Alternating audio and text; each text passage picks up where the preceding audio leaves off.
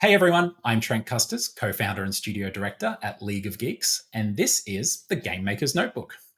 Today I've been chatting with Dave Padilla, CEO and executive producer, and Hunter Bridges, CTO and game director over at Evening Star Studio. They've just released Penny's Big Breakaway, a 3D platformer published by Private Division. It's available on any console or PC you have, basically.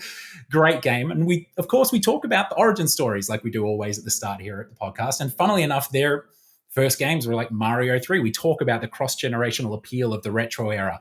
I mistakenly assumed that was the inspiration for Penny's Big Breakaway, so we talk about that as well.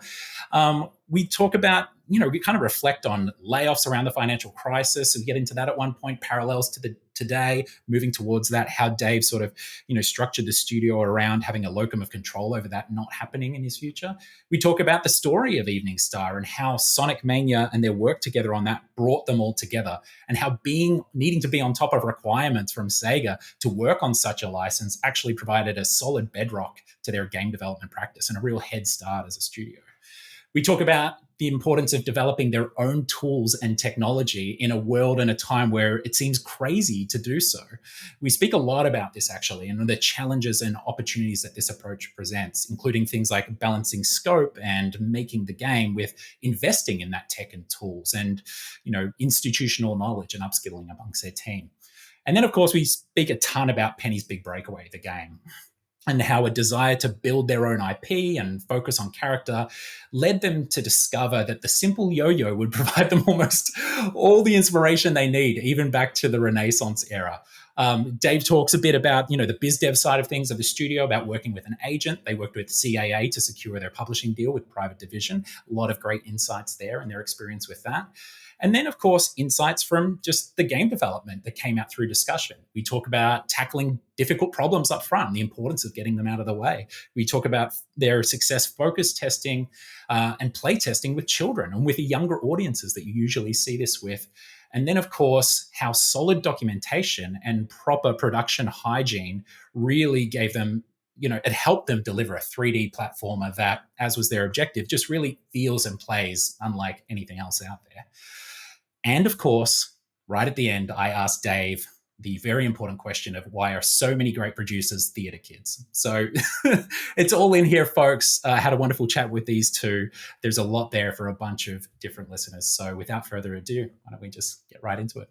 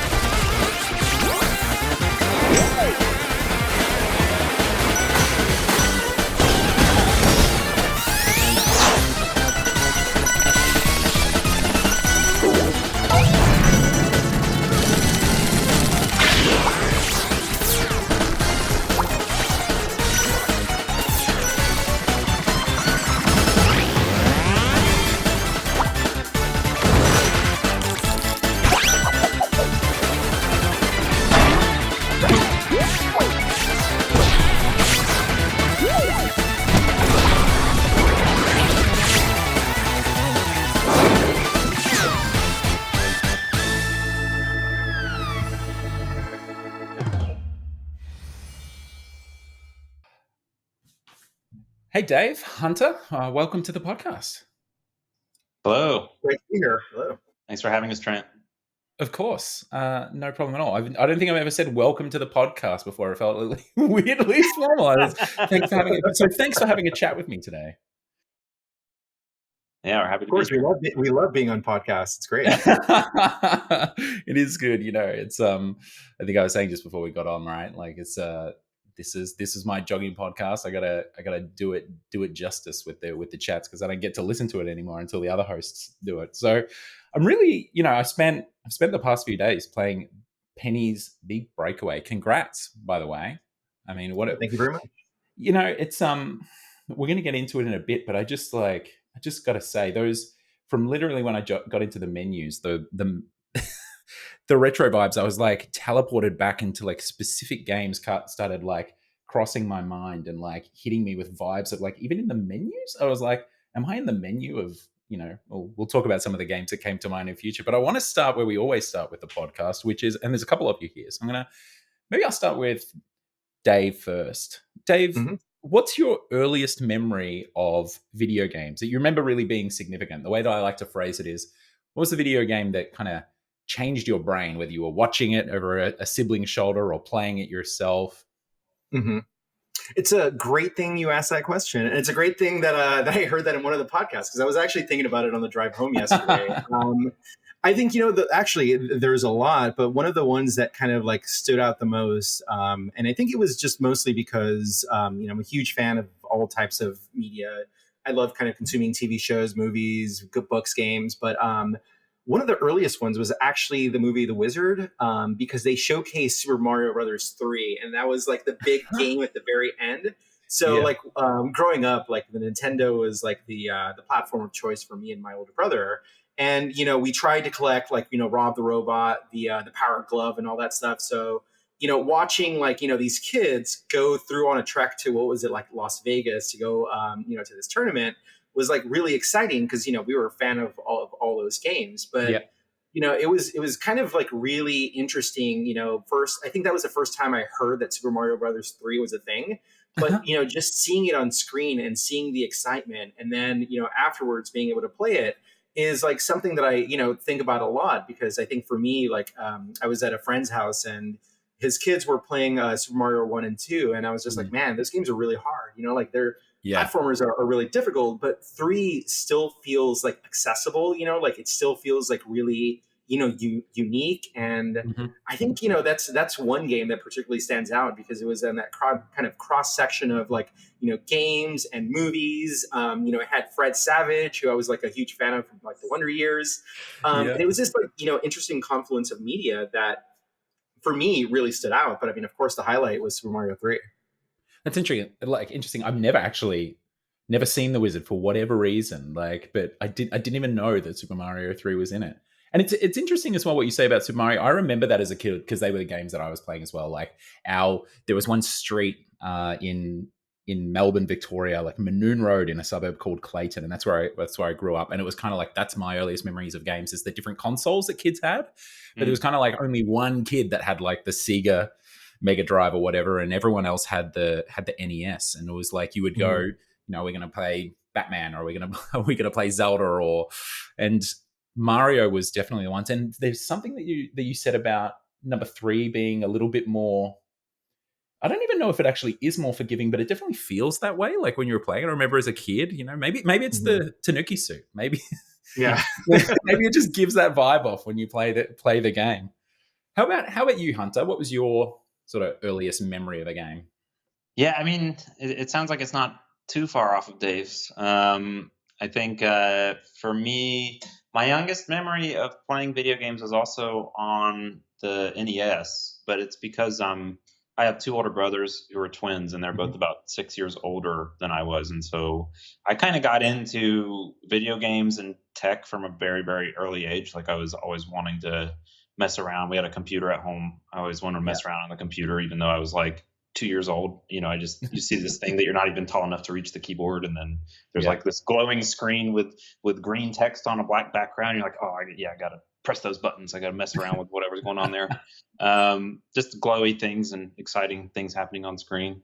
But then we had an NES, and we had one of those big like rear projection TVs. Do you remember those things? They're not very Not popular CRT, anymore, right? but that was like a big screen TV back then. Yeah, I remember. That was the home theater setup of the 90s, right? Like, Yeah, we had gotten ones from like a yard sale. Like someone was getting rid of one, and somehow we ended up with one in our kind of basement where we had the video game set up, and then we had the cartridge that was the combination Super Mario Bros. And Duck Hunt.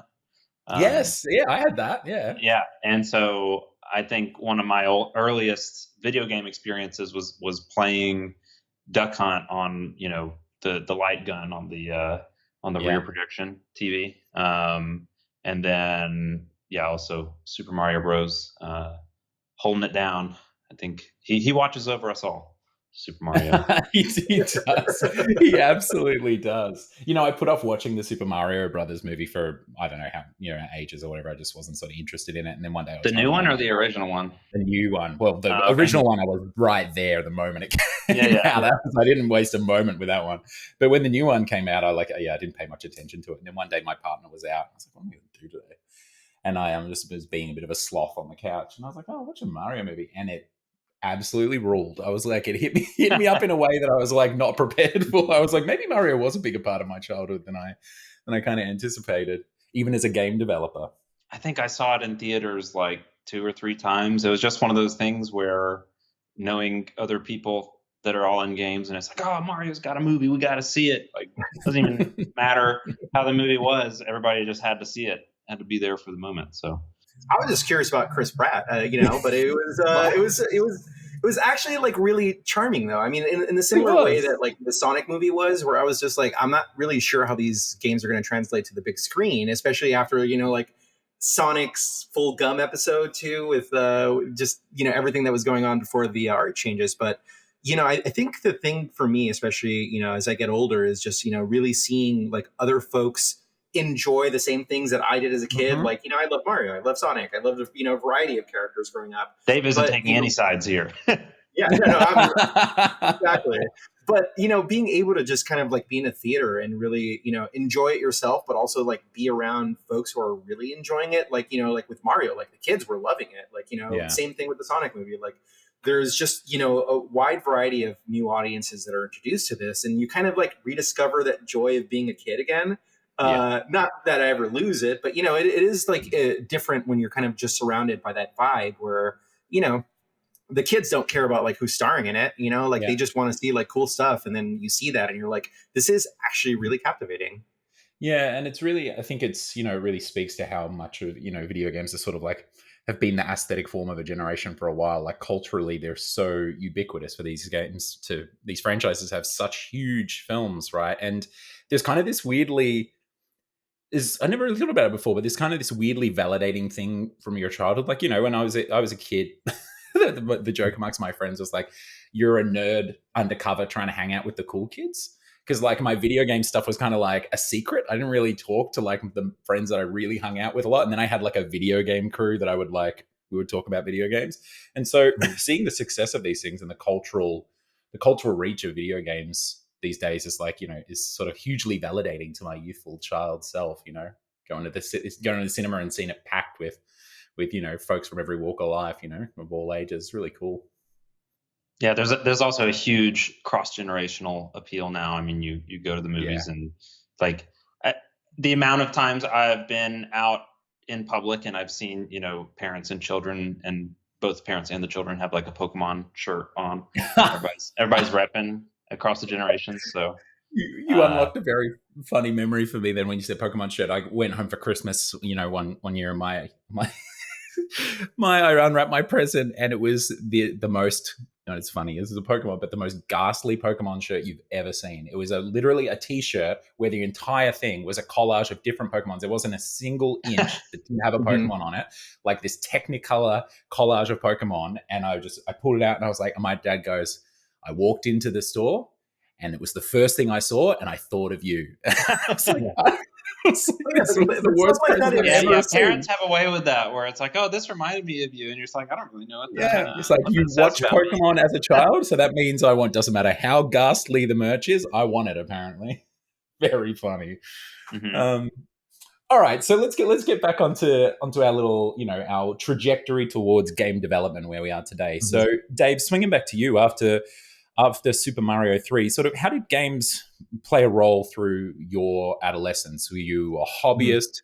Were you more of an enthusiast? Did your sort of like tinkering come later on? Take us through your teen years, I guess, there. It kind of like wove in and out of my teenage years. I mean, I'd been tinkering around with like computers since I was a little kid. Like, I mean, I was, I remember even as far back as like, 5th or 6th grade, like I was just kind of surrounded. Like, I mean, I went to an inner city school, like when, growing up. and we got access to like Apple computers early on. So, it was interesting just kind of like playing some games and then doing the word processing and stuff. But it wasn't until like I was in 5th or 6th grade where we got like games like Carmen, Where in the World is Carmen Sandiego. And, I'd always loved games, from Nintendo and stuff. But I think the PC really gave me my first opportunity to just like really tinker around with things. I remember like, growing up, like wanting, like building my own computers and wanting to know more about like modems and graphics cards and all this stuff was put together. So, it just kind of like, I don't know, I guess it just spoke to like my natural curiosity about things growing up.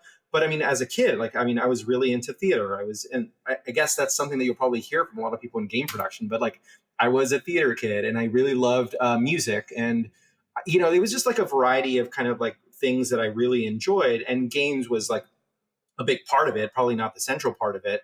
But it is interesting thinking back on how like, there wasn't a specific point in time where I was just like, I want to make games. It was something that I really discovered, but I think I was very fortunate in that it was a kind of a marriage of a lot of things that I really enjoyed that kind of sprung out of those hobbies as a kid, like from theater. Like, I found myself in game production, but, there was an element of like, working with others and doing stage design and putting stuff together and just being in a kind of team dynamic that really spoke to me. Similar to like playing music as well, where, like I did enjoy like, going over to friends' houses and, playing guitar, trying to like figure out how to play Beatles and like Rolling Stones and King songs. But, that to me like more spoke to like this, love of just interacting with others and that team dynamic and that kind of like bonding that happens when you're kind of struggling through the creative process together. And then with, computers and PC, like, I've always been into it, but I think for me, it was also, kind of the growth of just, wanting to know how things were put together that, was, I think, really helpful as I started kind of getting into my career in video games. But yeah, as a teenager, it was just like, it was a wide variety of things, but like I played a lot of games. Fortunately, I was a good kid and I did all my homework in time, which allowed me plenty of time for hobbies and games. So no friction with the parents there, but yeah, I don't know. I took the alternate track there. I was like, all video games, no homework, and then just relieved my parents greatly when I actually landed a job in video games. I remember my mum said to me at one point, she was like, well, I guess you, in a way, did you do your homework then? I was like, yeah, I guess so. Just not the homework that the school assigned me, right? So yeah, good to hear you did it the right way around. I never had that particular as a kid. Did you study games in college, or did you go to college?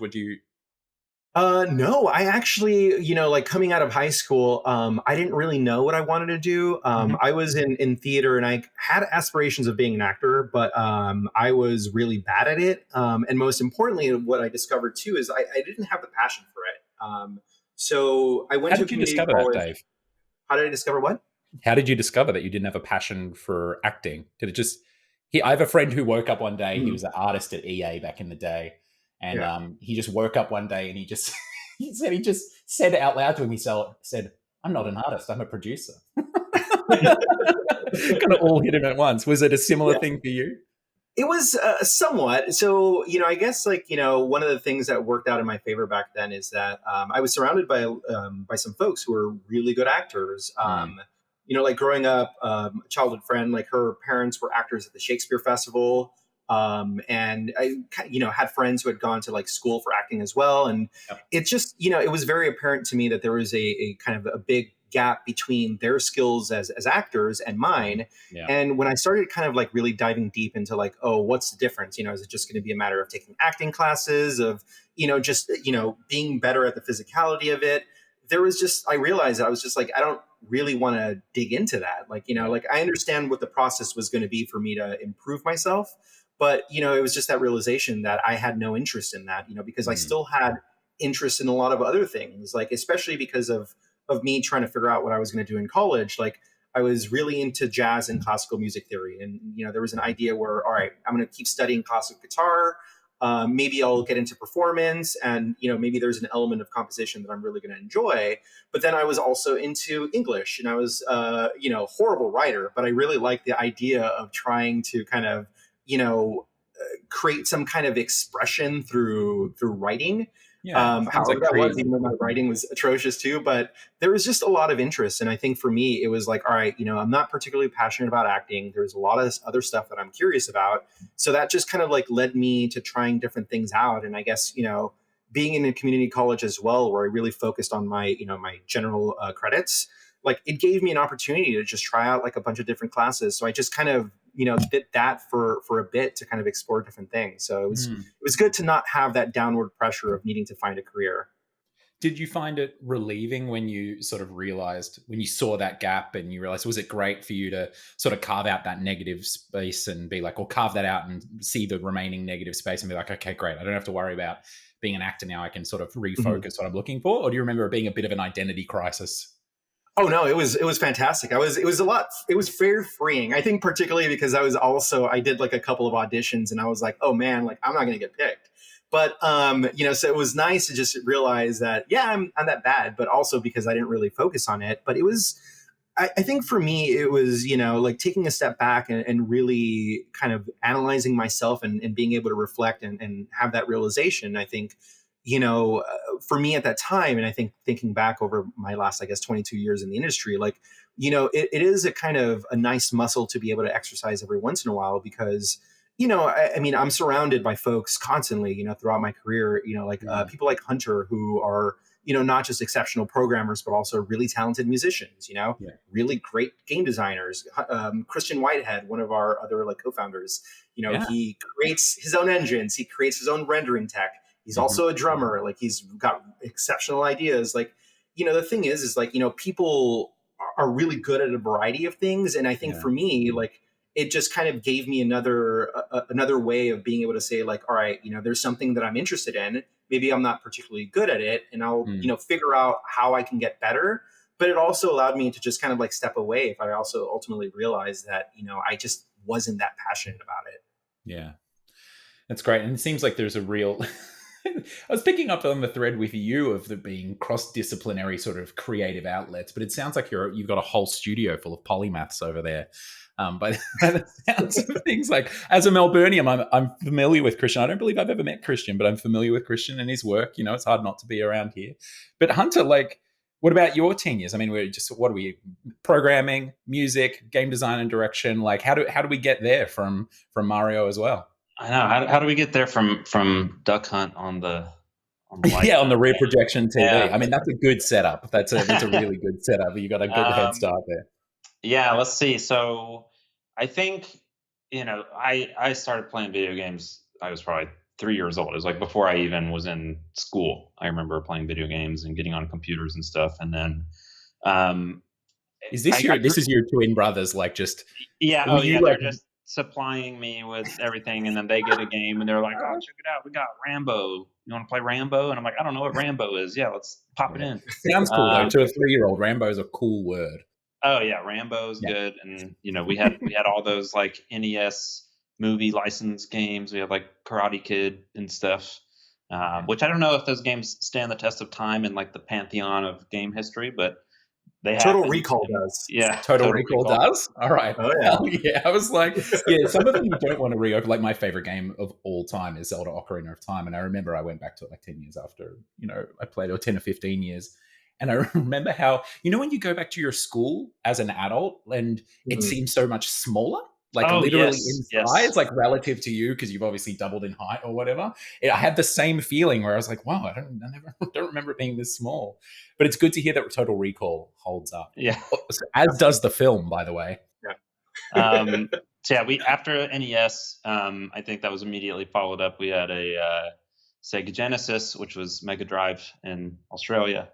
And then, of course, we had, I think, Sonic 2 and The Lion King, and then eventually got Sonic 3, Sonic and Knuckles, and all that stuff.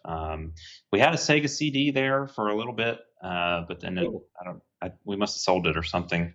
And then, yeah, I think by the time I had a Sega Genesis, that was about when I was starting kindergarten or so. And then, I grew up in Alabama, and so there was something like interesting about my school system there, where like anytime a kid had aptitude towards like computers or stuff like that, it seemed like at school they were always like trying to find excuses to be like, oh, he seems like he's good at computers. Let's like, get him into the computer lab. Let's get him, do a computer club kind of thing. And so I feel like since I had this interest, it sort of just gave its way into these like random opportunities at school and stuff like that to use computers. And then of course I'm always kind of trying to like poke around the edges and mess around and see like how far can I get? Like what can I do? What can I not do? And I think in the early mid 90s, that was, they didn't really have super robust IT security protocols at public schools. And so I didn't do anything dastardly, but it was just kind of like, you could pretty much do anything if you knew how to work your way around like the DOS prompt. And so I just like poked around, learned how stuff worked. And then I played a ton of video games during that time. I think around that time too, we got like a CD-ROM drive. That was a big deal in 1994.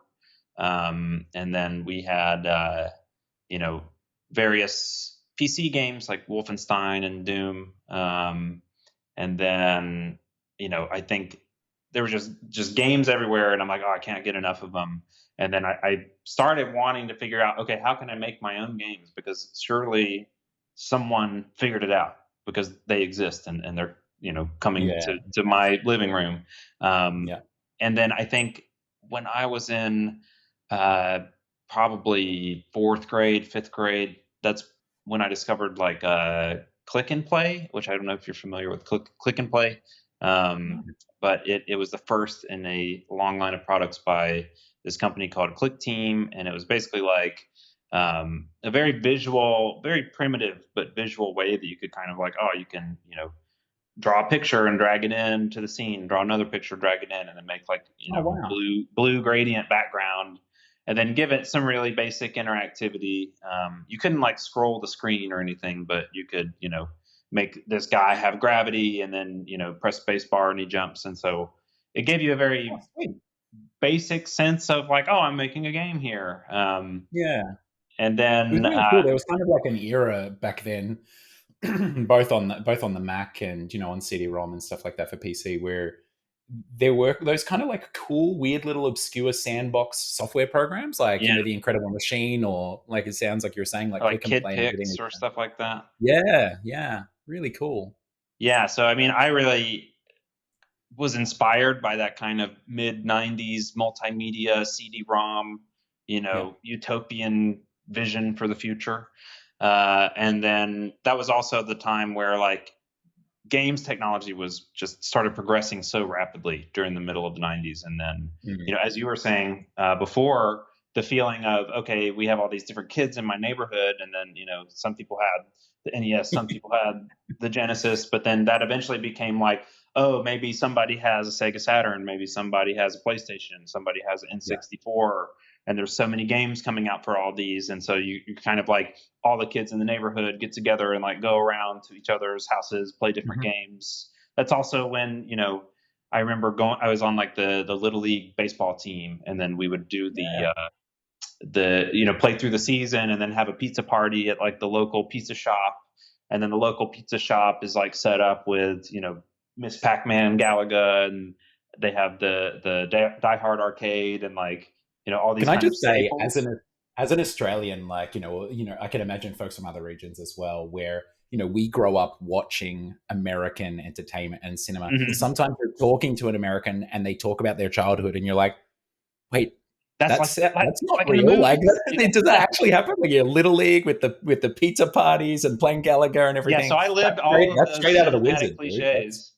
That's funny that you mentioned that too, because I've talked with Christian about specifically, he's in Melbourne as well, and we talked about Christmas movies one time, and I've actually been in Australia during December, and it is not cold at all. It's not like your Christmas movies. It's hot and it's humid. And then he's like, yeah, so like all of the movies, they come from the US, and then sure enough, they have this idyllic, New York City during Christmas time. And it's like snowing and everybody's like bundled up in their big jackets, and then everybody, watching all these Christmas movies in Australia while it's like, short sleeves and funnily enough, I mean, you just made me think about, I don't know if this is a thing in America, but in Australia, we do Christmas in July as well. like not generally for everybody, but it's like a little event that you can do Christmas in July. Some restaurants or hotels or, some families will do it where it's cold, And so if you go up into the, to some of the ski lodges for the ski season, which is, in July, August, middle of the year for our winter, some folks will be doing like a Christmas in July dinner or something because it's got that Northern Hemisphere vibe for Christmas that we get fed through like every media, not just America, but, you imagine the Brits and everything. So. Yeah, you get to live up the movie Christmas. But yeah, I digress heavily. Anyway, coming up in the 90s, it was just I think that that was just a time when video games were really starting to take root in culture in a significant way, and it was just a really formative part of my childhood. And so I just remember being surrounded by it, and the combination of games and computers was just so exciting, and there was always something new and something cool happening.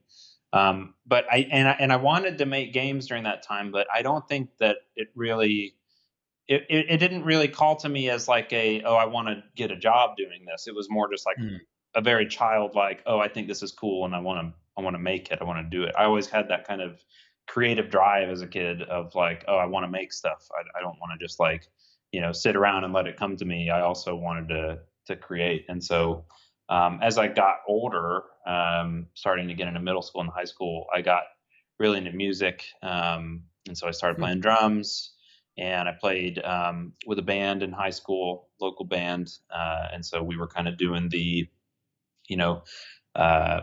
local rock band scene. There was like a cool all ages punk venue in my hometown called Cave 9. And we used to kind of go there and see shows and play shows. What a rite of passage. Yeah, you got to do it in high school. And then I ended up studying music in college, and so I went to a school called Belmont. Tell me about, because all the way up until you were talking about Cave 9, I was seeing you on the path to studying comp sci. Like, tell me about was that a dichotomy, a battle in your mind, or had music taken over by that point in time, or? So especially as, when you're going to college, you think about careers and stuff as well. Like, yeah, so it was actually interesting because I think by the time I was in 8th grade, I started teaching myself programming, and because I wanted, like, my ultimate goal was to make games, but then I also was just like fascinated by computers, and also that was around the time where like AOL Instant Messenger was popular, and internet communities like message boards and stuff like that. I spent a lot of time on message boards when I was younger, and then it started getting a thing where like, you can, if you host your own website, then you can make a little automatically generated image in your forum signature that like has your last 5 Winamp plays like baked into the image. And so it's like, making weird little expressive widgets like that. I was like, that's pretty cool. I want to figure out how to do that. And so I kind of got into programming by just these random curiosities of like, it seems like you can do this. I want to figure out how to do this. Yeah. And then when I was in high school, I kind of worked for local businesses and stuff, and just like made websites for random, businesses around where I lived. And so when it came time to like look at studying for something in college, my feeling about computer science was I actually wasn't motivated to study it formally in college, because I had already like learned a lot on my own, and I was more motivated to like study music in college because that felt like something where I would benefit more from a formal education in it, where interesting, yeah, like taking lessons and being in a more rigorous environment felt like it was kind of I don't know, I was just more driven to do it, and I was also pretty drunk on the whole being in a band, and maybe I could be a rock star when I grow up. Very powerful thing as a teenager. I know it, like slapping those when you're 16 or 18. And so I studied school, got a degree in that, and then kept on doing the programming thing on the side. And then when I graduated school, I was still going to school in Tennessee at that time, and that was around. I graduated college in 2011, and that was like right around when like the iPad had just came out, and the whole like app, people making apps for mobile devices, that was like Yeah. the new hot Yeah. cool thing. And so looking at trying to get a job after college with a music degree, as everybody knows, there's the music industry jobs aren't exactly flying off the shelves. So but then I had this programming stuff going on the side, and I didn't really have any connections to the game industry at that point, but I was like, oh, well, I can get a job doing app development. And so I got a job doing mobile apps, moved out to San Francisco. And then once I got out to San Francisco, that was like finally when I was like, oh, I'm in California now. I could probably start looking at doing some, trying to work my way over to games from here. So I think I lived in San Francisco for 4 years, started going started going to GDC because that was right there in town. And then, all right, cool. You just like started rocking up and, sort of mingling with the game crew. Yeah. But I mean, that kind of like ended up with me eventually moving down to LA.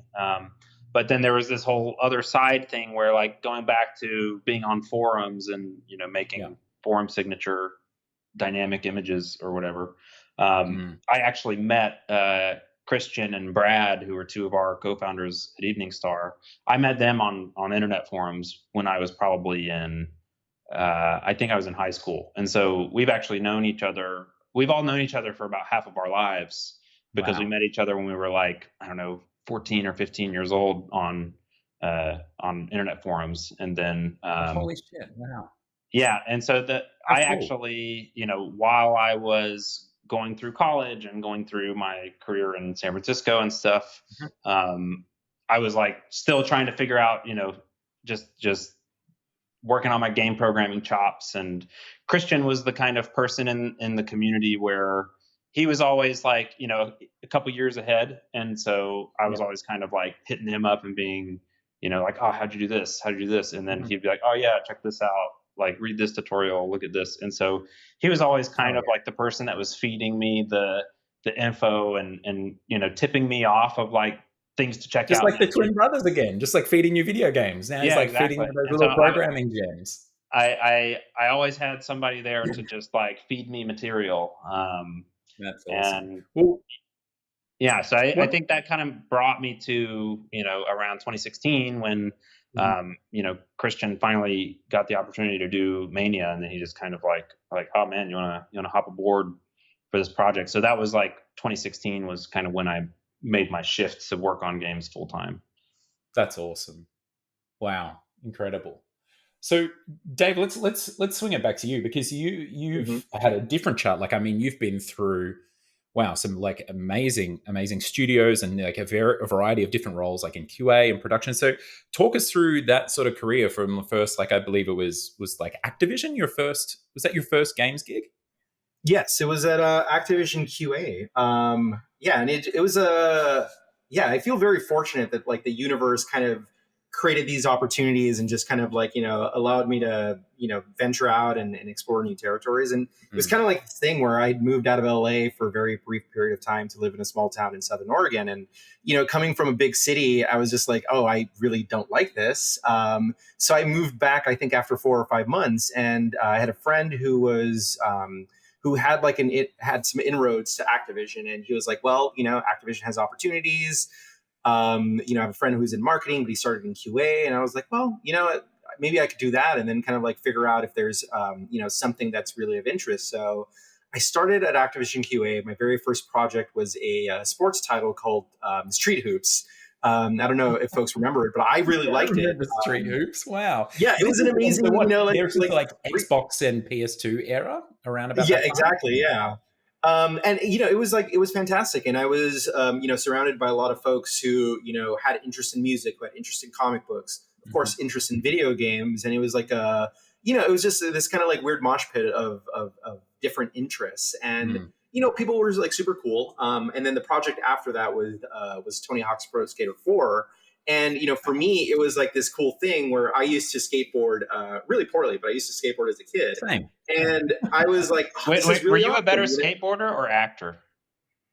Very I good was a question. better actor because I never cracked a tooth, acting. So like, Yeah. it was like, And You just his weren't acting skateboarding hard skills enough, were Dave. buffed by his acting abilities as well. yeah. He would act Yeah. a better skateboarder than he actually was.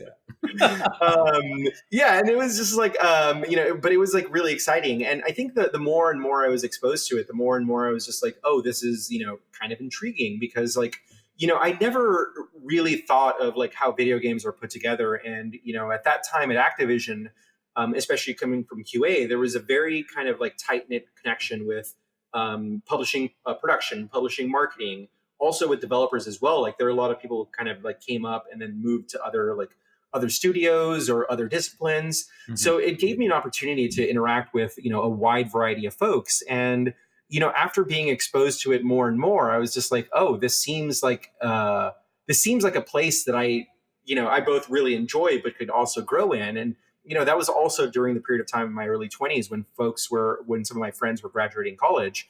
And I was like, I should probably think about like my career and think about what I want to do with life. And fortunately, like after a few years of QA, I was just like, all right, it's time for me to really hunker down and discover something more in the video game industry. So fortunately, I had an opportunity to go over to Treyarch to work on Spider-Man 2, the video game. So that was like the Spider-Man 2 with Tobey Maguire. And it was pretty awesome because going on the dev side, like, gave me that exposure to see how like, people work in a creative environment. It was extremely stressful because I think there was a lot riding on Spider-Man 2.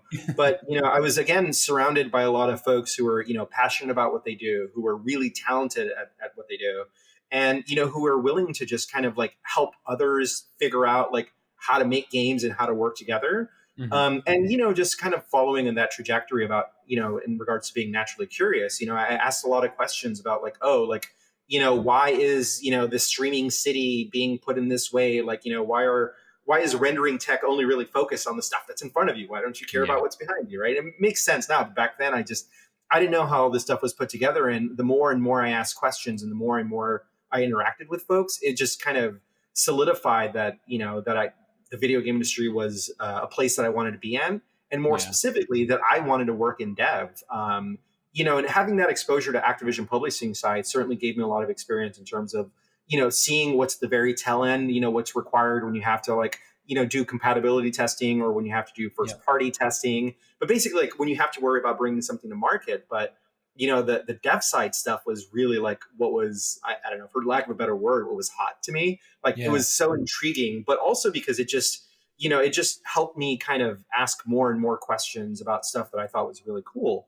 And I don't know, from then, it's been a matter of seeking things out, a matter of circumstances. Like, I mean, I've been around a couple of industry layoffs. In 2008, there was like a big EA layoff, but, that was around the period of time where iOS development also took off. So I had the ability to like... Was that the GFC as well that predicated those layoffs? Do you remember? The global back in 2008, I forget what it was, but it was like there was a big EA layoff, and I was working at Pandemic Studios at the time. It has to be the financial crisis. Yeah, right. Interesting. I want to drill into it a little bit, Dave. Like, what is tell me about, because we're going through this unprecedented moment in video games, right? Where we've had 40,000 people laid off or something in the last 12 months. I can't remember the numbers off the top of my head, but they're silly enough to be something like that, right? I think it's like over 15,000. Yeah, right. It's crazy, right? Like, tell me, all those years ago, like, how did that feel, that moment? And do you remember, it's sort of seeming, does what you're seeing now sort of, do you think back to those times, or did it hit you hard, or? Yeah, it's it's actually a great question because and it's something that I've thought about in the last like year or so, especially with everything going on in the industry. But like, and now having your own studio as well, right? Yeah, back then the 2008 like financial crisis really didn't didn't really seem like anything real at the time. And of course, like looking back, there was a lot of ways that it affected things, especially in the industry. But I didn't really know why there were layoffs. And I didn't really understand the kind of the business ramifications behind why corporations do certain things, why, public companies kind of have an emphasis on, reductions before like, fiscal year end. Yeah. But the thing is like, not knowing kind of just, triggered something inside me where I was like, well, it really sucks to not have any kind of clarity or any control over what's going on. Yeah. So it kind of, in a lot of ways, like just set the kind of foundations for like, starting a studio because of the fact that like, I was a little angry. Like, I didn't understand what was going on. I didn't understand why so many people were getting laid off. So and specifically around that time, like iOS development took off. So a friend and I, who had met at Treyarch, like tried to start a studio. And, back then, like, I didn't know anything about business development, about, same. even filing for a company, doing all the stuff that you have to do, like to, just start a legal entity. But, the thing is like, that was a direct result of me just being kind of like, angry and just being like, well, I don't want this to happen to me again. Like, so if I want to avoid it, I need to kind of really, learn and grow in a different direction. Yeah, to have some sort of a modem of control over this unknown force that's causing these layoffs. Yeah, exactly. So it forced like a lot of questions and a lot of, I think at the time too, just, kind of like, some failures as well, because I mean, the first attempt at starting a studio failed after 3 months, just because, like I didn't know how to start a business. Like, everybody needed to like, find paying work. And we just didn't know how to like put a game together quickly. But it kind of, from that, I just realized that, there were a lot of things that I didn't really know. I didn't know why companies, have layoffs. I didn't know, how, folks might be selected or what happens after, what businesses have to think about after products launch. But I also like didn't know a lot of just those kind of fundamentals of just starting, a project from the very beginning, just because at bigger studios, you're usually, a part of a much bigger group. Yeah, you're a so cog for in a instance, wheel. I don't even mean it in like a yeah, pejorative way. I just mean like literally, right? You like the rendering techniques, right? Like you're not seeing yeah. what's going on behind you. You're just actually rendering what's in front of you, right? Yeah. So, and the thing is like, at bigger studios, because people tend to be specialized, you just have this kind of like, I don't want to say, a tunnel view on things, but you're very much focused on the stuff that's in front of you. So like, I never had any exposure, at companies like Pandemic or Treyarch to like budgets or staffing. Like it just, wasn't a part of my responsibility.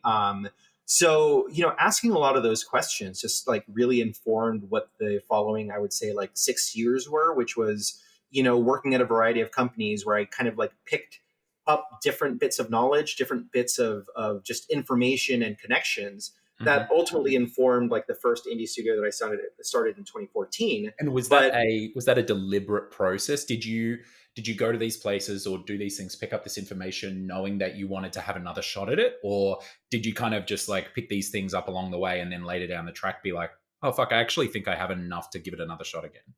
Oh, it was more selective at that point. Yeah, right. Like after I'd been laid off from Pandemic and after I, found my way back in the industry, I worked at a small mobile company, and I was able to kind of like pick up a lot of stuff about creating like mobile games and about working in a small team.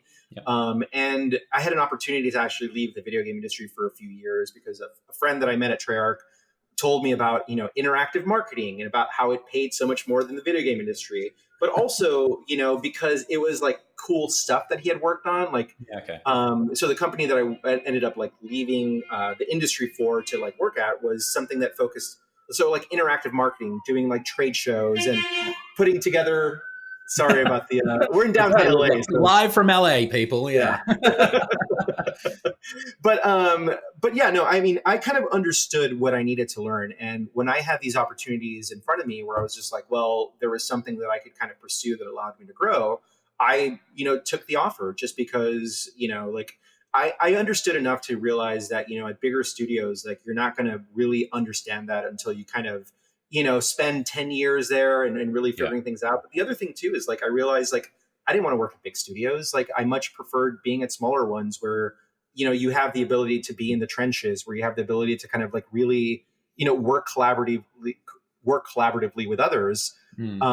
And be less specialized as well, I guess, right? Like wear a few more different hats and be closer to the coal face, a faster turnaround time in regards to communication and agility. Those sorts of things. Exactly. Yeah. But I mean, I think a lot of those opportunities really kind of came as a result of, being in the right place at the right time, forming a really strong network that kind of like looked out for each other, but also just, taking the kind of risks where I was just like, well, I don't know if it's going to pan out, but I'm going to try it out just to see if it works. And if I was able to learn something from it, I mean, fortunately I was, but I don't know. I think sometimes, you have to kind of make a decision about where you want to go and about where you want to learn. One thing that I always kind of like emphasize with people that I'm mentoring or giving career advice to is to really like, figure out, what it is that you want out of opportunities so that you can kind of, have a more informed opinion about where you're going to be in 5 years or 10 years. And I think back then I kind of knew what I wanted to do. And I think more importantly, just, it set the seed or the foundations for, starting my own studio. But, there was certainly a lot to like learn and a lot to kind of like really, kind of, I don't know, a lot to pursue to kind of fill in those knowledge gaps. Yeah, it's great advice, and it's funny because you don't even need like a very accurate target, right? You almost just need like a not even a North Star or final destination. Sometimes just a direction that you want to go in, and it can color everything that you're doing. Even just something like you were talking before, Hunter, about attending GDC. It's absolutely totally possible to just go to GDC and be like, I'm just going to go to GDC, and you can sort of just float through it, and that's fine. Have a great time, right? Like at GDC or other conferences, DICE, great example too. But like, if you go somewhere like DICE and you're like, in 5 years' time, want to be running my own studio, just the context of the conversations that you are having there and the way in which your brain is going to pass information that you're receiving through the week, especially like, a fantastic summit like DICE where like talk about running your own business, right? Like there's maybe no better place to interface with folks like that. It's that context, just that direction, like you're saying, Dave, is really, really invaluable advice. Yeah, and also just like asking questions. Like, I mean, one thing that I've learned, from being in the industry is more often than not, people are willing to like sit down and answer questions and to kind of like help folks out. I mean, I think sometimes it certainly takes courage to just kind of like get up and talk to somebody. And certainly, I think networking is a muscle that isn't often exercised in the earlier parts of somebody's career. But there's a lot of benefits that really come from just being like, hey, like, how do you do this? Like, why do you do this? And yeah, I mean, I think sorry, say that again. Especially in games, like not only is it like incredibly beneficial doing that, but I think as an industry and as a sort of a collective of professionals, we're way more likely to share those things, whether it be literal trade secrets with each other, right? With your direct competitors over a beer or a nice like round table or something.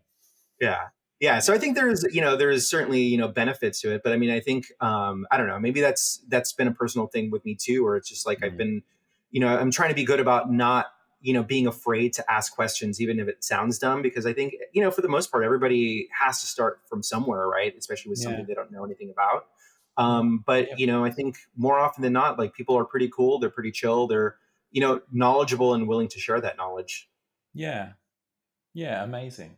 And so like some of these places, like, you're at like, if my sources are correct, right? Like you spent time at Konami and then there's like, you did have something else going on though before Evening Star, right? Like you kicked off your own thing too? Yeah, I started an indie studio with a couple of former colleagues from Treyarch called Hyperkinetic back in 2014. One of them is Richard Bisso, who's a designer on the Spidey 2 Days, Tomo Moriwaki, who is the game director on Spider-Man 2. And yeah, I mean, it was just like, I had an opportunity at the time to, because I had finished up a contract and somebody asked me if I knew any like Unity developers. And I had dabbled with Unity in my spare time throughout 2013 or so. So I kind of like knew enough to kind of be dangerous, like I knew how to start a project. I knew how to like, put a bunch of different things together to just prototype. And a friend reached out to me to see if I knew any Unity developers. And I was like, well, instead of, starting up a new contract, like, let me give this a go. And fortunately, like, it became this like a snowball thing where as soon as I partnered up with somebody else, like somebody else had asked if I knew any Unity developers, and I was like, sure, like I know a few, and it kind of like led to us taking on more and more projects. But I think one of the things that was kind of important for me at the time was, this ability to kind of exercise those business development muscles and, Yeah. Also, start up new projects from, from just basically the kind of, RFP phase to like, seeing it get signed and doing all that stuff. And I don't know, like, I think it also just kind of like cemented the fact that like, working at a small studio was, the kind of experience for me. I think How Hyperkinetic big was was the that biggest. studio that you were running? How big? Yeah. It was, I think maybe at our max was like 15 or so. Man, that's so much fun. What a great size. Yeah. Yeah. I mean, and I think, I don't know. I mean, for me, like the small studio dynamic really fit. It really like, to me, was enriching to kind of like work with so many other people, like, pretty closely, and just to kind of like have everybody kind of, work together on these small scale projects. And I mean, there wasn't anything that was big. I mean, a lot of them were a variety. Well, until the end, I mean, there was just a variety of smaller projects at the very beginning. Yeah. But fortunately, just kind of like, all this work stacked on top of each other. And I mean, I would say that, I was very fortunate again in terms of kind of creating these opportunities. And, ultimately it also led me to working on Sonic Mania Plus, which is, where I met Christian, Hunter, Brad, and Tom. And, I think that just speaks to kind of just, being open about opportunities, pursuing things as you see them. But I don't know. I mean, I Hyperkinetic and Evening Star, I think to me represent very different parts of my career. But I think it always kind of follows that thread of, being with a small team and, just being really hands-on with other folks that are really, creative and who are willing to experiment, but, also cool folks who look out for each other. Yeah. Literally nothing to add. Well said. Hunter, so like, tell me about, you're talking about, we got it to the point where you just sort of connected with Christian and you're starting to work together, and that's your official foray into games. Is that this original crew that like Dave's now alluded to, or was it a little bit before that? Or tell me how, I guess we're now getting onto that story of like kind of how Evening Star started to form, and was there a little jaunt for you and Christian before Evening Star? Yeah, so it's definitely a story unto itself. I'll try to give the cliff notes here, but basically, Okay, I'll keep you honest. Don't worry. Yeah. So Sonic Mania, that was a game that released in 2017, and then after that, we took it physical and we added Mighty and Ray and Encore mode and some other features. And so that was kind of like a second phase of the project that was Sonic Mania Plus. And so we ended up connecting with Dave and Hyperkinetic during that Sonic Mania Plus part. And then before that was a little bit of a different team that did the original Sonic Mania. And so that was, I think so Tom, he's our art director. He originally worked with Christian and a few other folks to do like the initial pitch to SEGA for Sonic Mania. And then that was, SEGA liked what they saw, and then they announced, the intent to do that project at Comic-Con 2015, I think it was, or no, 2016. And then so we kind of got to work on Sonic Mania after that, and then it was a pretty short project. It was about a year from that point to launching the next summer in 2017. And it was an interesting one in that it was we didn't really have a studio that everybody was at. It was mainly a group of independent contractors, and then there was a little collective kind of coming together around a project. Yeah, we kind of came together as a collective a bit, and then there was kind of one small LLC that kind of held the contract. And then I would say that it was a little bit like oil and water, because we were working with a multinational corporation that was based in Japan, and Sega's been around since the 1960s at least. Era or something. Yeah, so I would say that kind of indie collective startup-y feel was a little bit at odds with the kind of it sounds like oil and water to me, Hunter. Yeah. So, we managed to navigate that situation and managed to ship the title, which, it worked out. The title was really well received.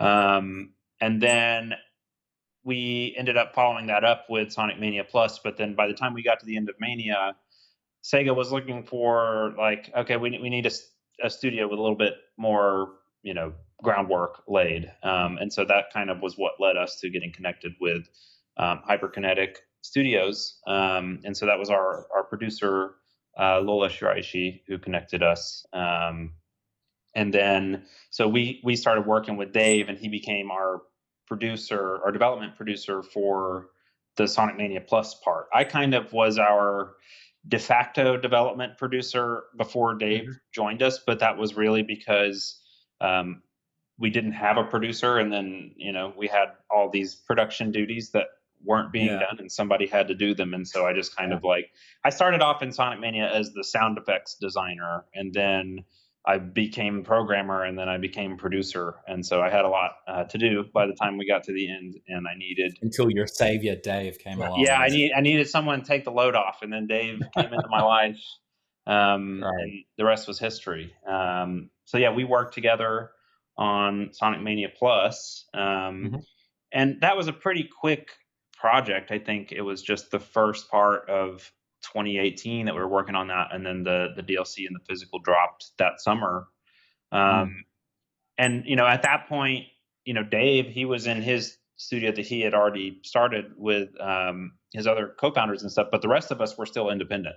And so eventually we got to talking, and we were like, do you guys want to kind of like stick together? And I think at the time, Dave, correct me if I'm wrong, but you guys were doing a lot of kind of like mobile and VR stuff. And then, our goal, the rest of us who worked on Mania, we really wanted to get into, premium console titles. And, we had experienced enough friction trying to work with Sega and trying to do other business development and stuff and put ourselves on the map as independents. It was just kind of, it's one of those things where it's not that difficult of a concept to grasp, but then when you go in a business context and you're like, oh yeah, we're this group of random dudes who don't have any kind of infrastructure or anything, and we just want to work with in different parts of the world as well, right? And this was pre-COVID. Before, I mean, remote stuff obviously was kicking off, and there had been studios who'd been working remote, but like we hadn't had the cosmic force we didn't have the COVID whole making COVID that happen,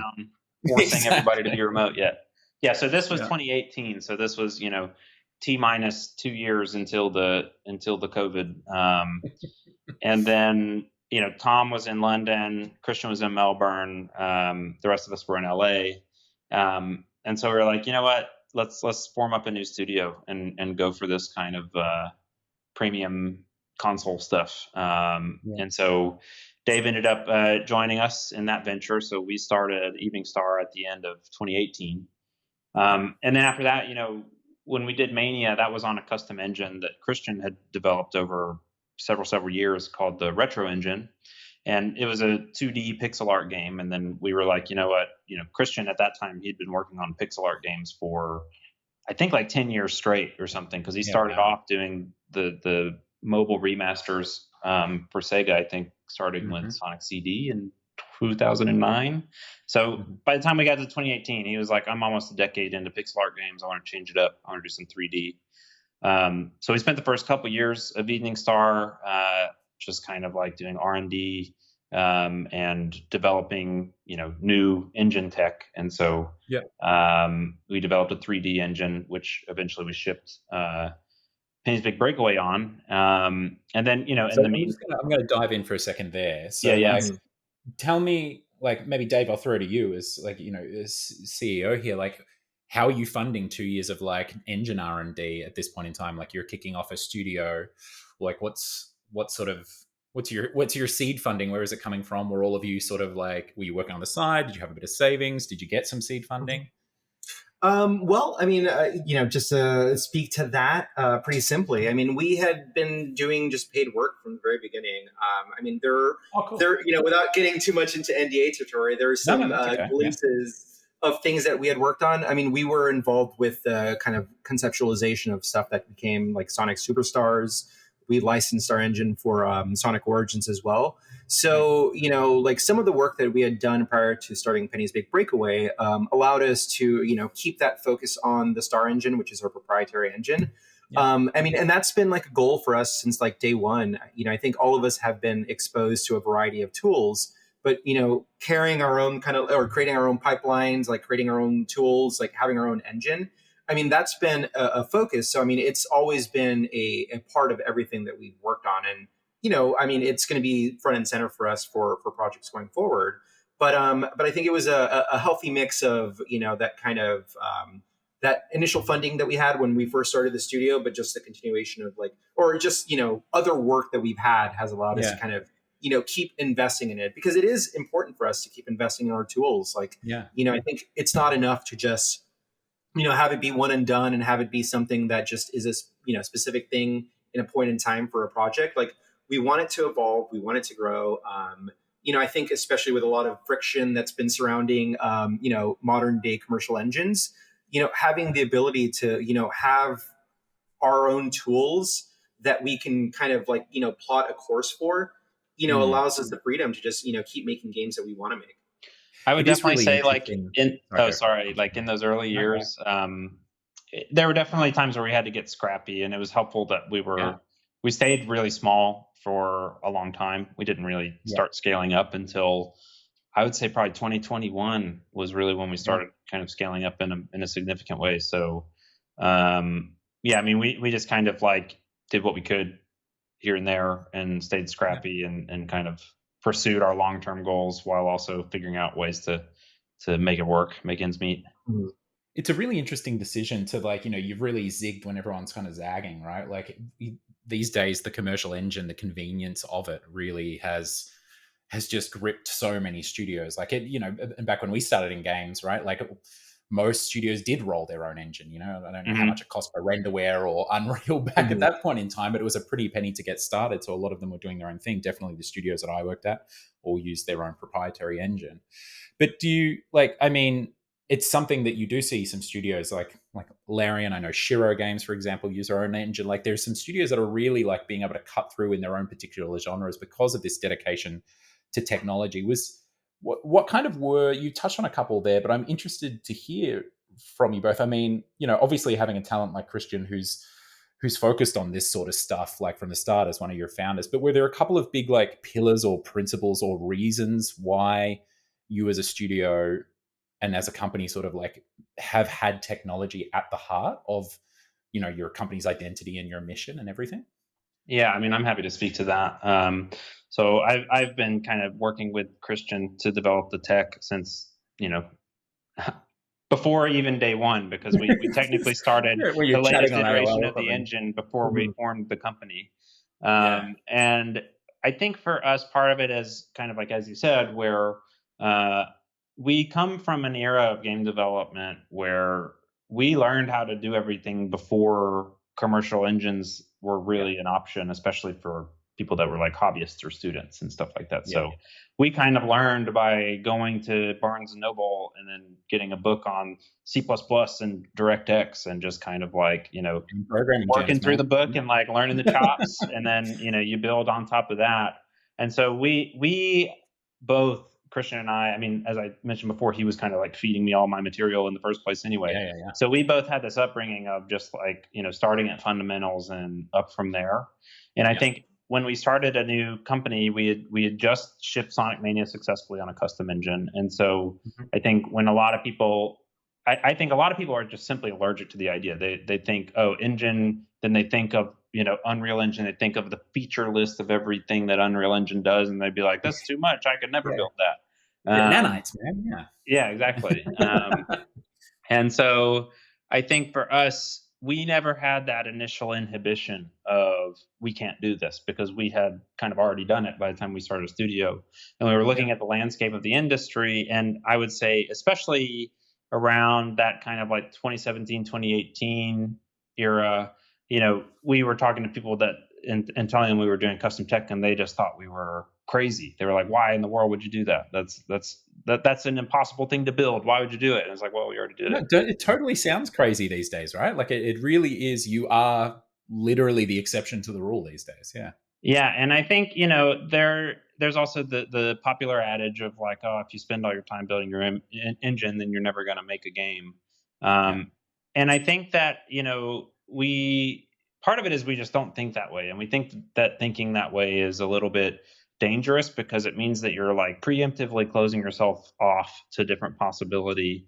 And I think that our attitude towards creativity is just like creating opportunities for serendipity, or you're kind of creating, those magical accidents, right? Yeah, exactly. And so I think with regards to spinning our own tech, there's an element of it where we want to make sure that everybody at our studio has kind of a full stack aptitude, and that nobody is kind of like afraid of like, oh, well, this is, we don't want to have a sentiment of, here's the jurisdiction of the things that we build, and then we're going to also integrate a bunch of other stuff, but then, the border between our stuff and their stuff ends here, and we're not responsible for this other stuff. I think that we have a lot of pride in craftsmanship, and we want to make sure that the games that we build are kind of pieces of their own. Like we see a lot of pride in the craftsmanship of like, okay, we wrote this code and we made these art assets and we built these scenes and these worlds, and we know that like end to end, this is us and we created it with intent. So I think that there is a creative philosophy there. And then I also think that with regards to the business aspect of it, there's this element where like if you can create that institutional knowledge, and you can build a team that is oriented around this, and build a team that isn't afraid to take this plunge, then that's then something that you can accumulate over time. And then it creates a unique element where one thing that we found, and one thing that a lot of other people who run studios talk to us about early on is, oh, well, if you do a custom engine, then you're not going to be able to hire any engineers that are going to know your engine, because you can go on LinkedIn and find so many Unity engineers. Wow, what a great talent pool. But then you make a custom engine and there's 0 people in the world that know how to use it. But then what we found is there's kind of like, now, especially in the younger generation, because the norm has become to use these kind of like commercial engines, Unreal, Unity,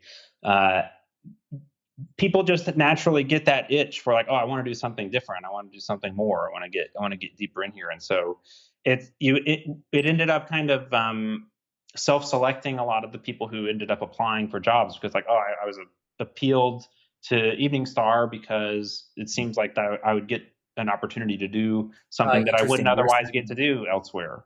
And so you're saying that the prevalence of like maybe these third-party sort of like commercial engines and programmers and developers investing in those have created almost like in some of them like a gateway drug of curiosity into there's like, always going to be a counterculture to the mainstream. And so getting back to my all ages punk rock upbringing, I would say that we're kind of a little bit, as much as you can be punk rock as like a business. The programmer. Yeah, I know. But programmers are punk rock, man. Since the Trip Hawkins EA cover, right? Like it's hell yeah. No, I totally pay it. And like I think it's a really great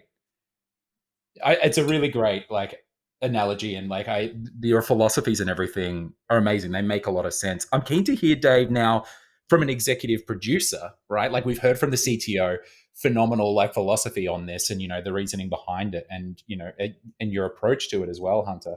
But I mean, and this is something that admittedly we struggled with. We had a major project that we invested too much in tech, and we had to have this big correction on the subsequent projects. And we actually made it like one of the pillars of our company, like one of our values, and like talking directly to people about how to creating these frameworks and a shared sort of communication about and language about when we don't invest in technology in the game. And obviously we've gone the other way. Like I'm like, there's 1,500 people making Unity, we don't need to do anything extra, right? Like if we can't do it in Unity, then and that's the particular direction that we've gone in at League of Geeks. But there are a number of developers all around the world, and especially I imagine producers, Dave, which are every day having to make these calls between, do we like actually invest in that tool? And it might not even be do we do it, but do we invest more? Do we continue developing this tool or this tech, or like, shit, we've actually just got to make the game? So what have you found, especially working with, these extremely talented programmers that you found yourself aligned with, and this engine and at this company that all of you have it right at the core of your philosophy and your mission? How have you as a producer sort of found that right balance in working with your crew and making sure that, as Hunter put it, like, you're making the game as well as the tech? And what advice would you have for producers who find themselves in that situation, who may not have the power as well of being the CEO too, and the peers of these folks? Yeah, I think for us, it really kind of comes down to like, scope and planning, which is, the kind of traditional probably production response to that.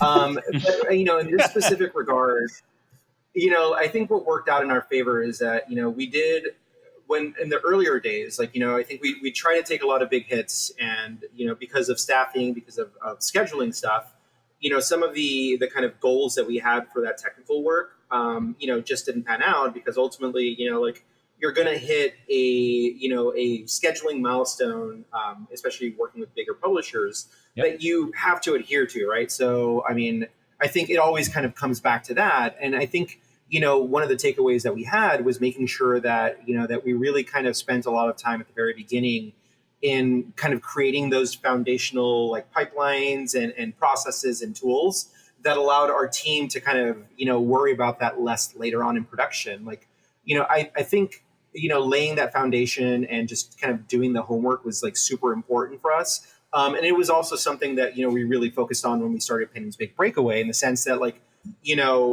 like Hunter, too, like, spearheaded this kind of desire to like, all right, let's get some of the most complicated things right out of, done from the get-go, because, we want to make sure we're not creating bottlenecks for people in production. But most importantly, we just wanted to make sure that we kind of, proved out a lot of our hypotheses around the type of game that we wanted to make and how it was going to be made. So being able to kind of like, fail fast and quickly was something that we wanted to achieve. I mean, fortunately, things that worked out more in our favor than more often than not. But, I think that was one part of it. Another part of it, too, was like being very clear with Private Division, who is our publisher for Penny's Big Breakaway, about what our goals were. They had a lot of folks on their end who came from development. So when we talked to them about the importance of making sure that our asset pipeline was solidified from the get-go, or why it was important to, have our level design tools, like, those conversations became really important because it allowed us the freedom to be able to kind of do that. So there was a fair amount of planning that I think was part and parcel of just, figuring out how we were going to construct a 3D platformer.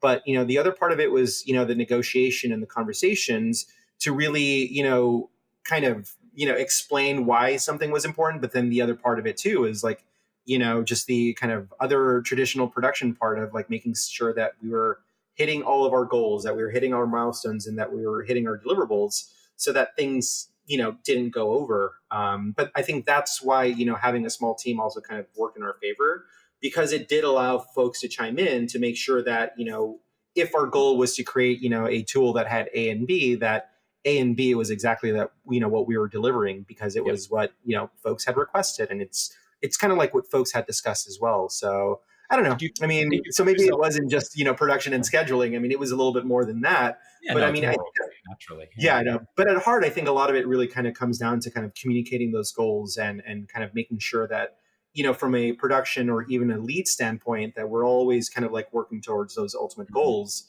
And, I think we were able to get there with our game. Yeah, I Did think you have too, Sorry, go just for it. to add on a little quick Please, bullet point to Dave's, what Dave was saying. I think, we have some kind of like interesting, unique aspects of our culture, especially for kind of like a company our size, and especially I think, being kind of like US based. A lot of our production process was kind of like inherited by stuff that we did on Sonic Mania. And so we were working with SEGA, who's, a Japanese publisher, and they have pretty rigorous requirements for documentation and reporting and stuff like that. And so, we kind of got whipped into shape, so to speak, working on those projects with SEGA. And then we kind of just have taken that forward because we we were able to adapt those requirements into something that worked really well for us. Especially it feeds into a lot of us being distributed across the globe and across time zones. It creates a demand um, for good documentation, and not documentation to the degree that you're just like wasting all of your time writing and spending none of your You're time not working. making tools or the game, you're just making documentation. Yeah, that's Yeah. another track you could follow. Yeah. But I think we put a lot of emphasis on having a rigorous process and making sure that things are being communicated, whether internally, cross departmentally, or with external partners.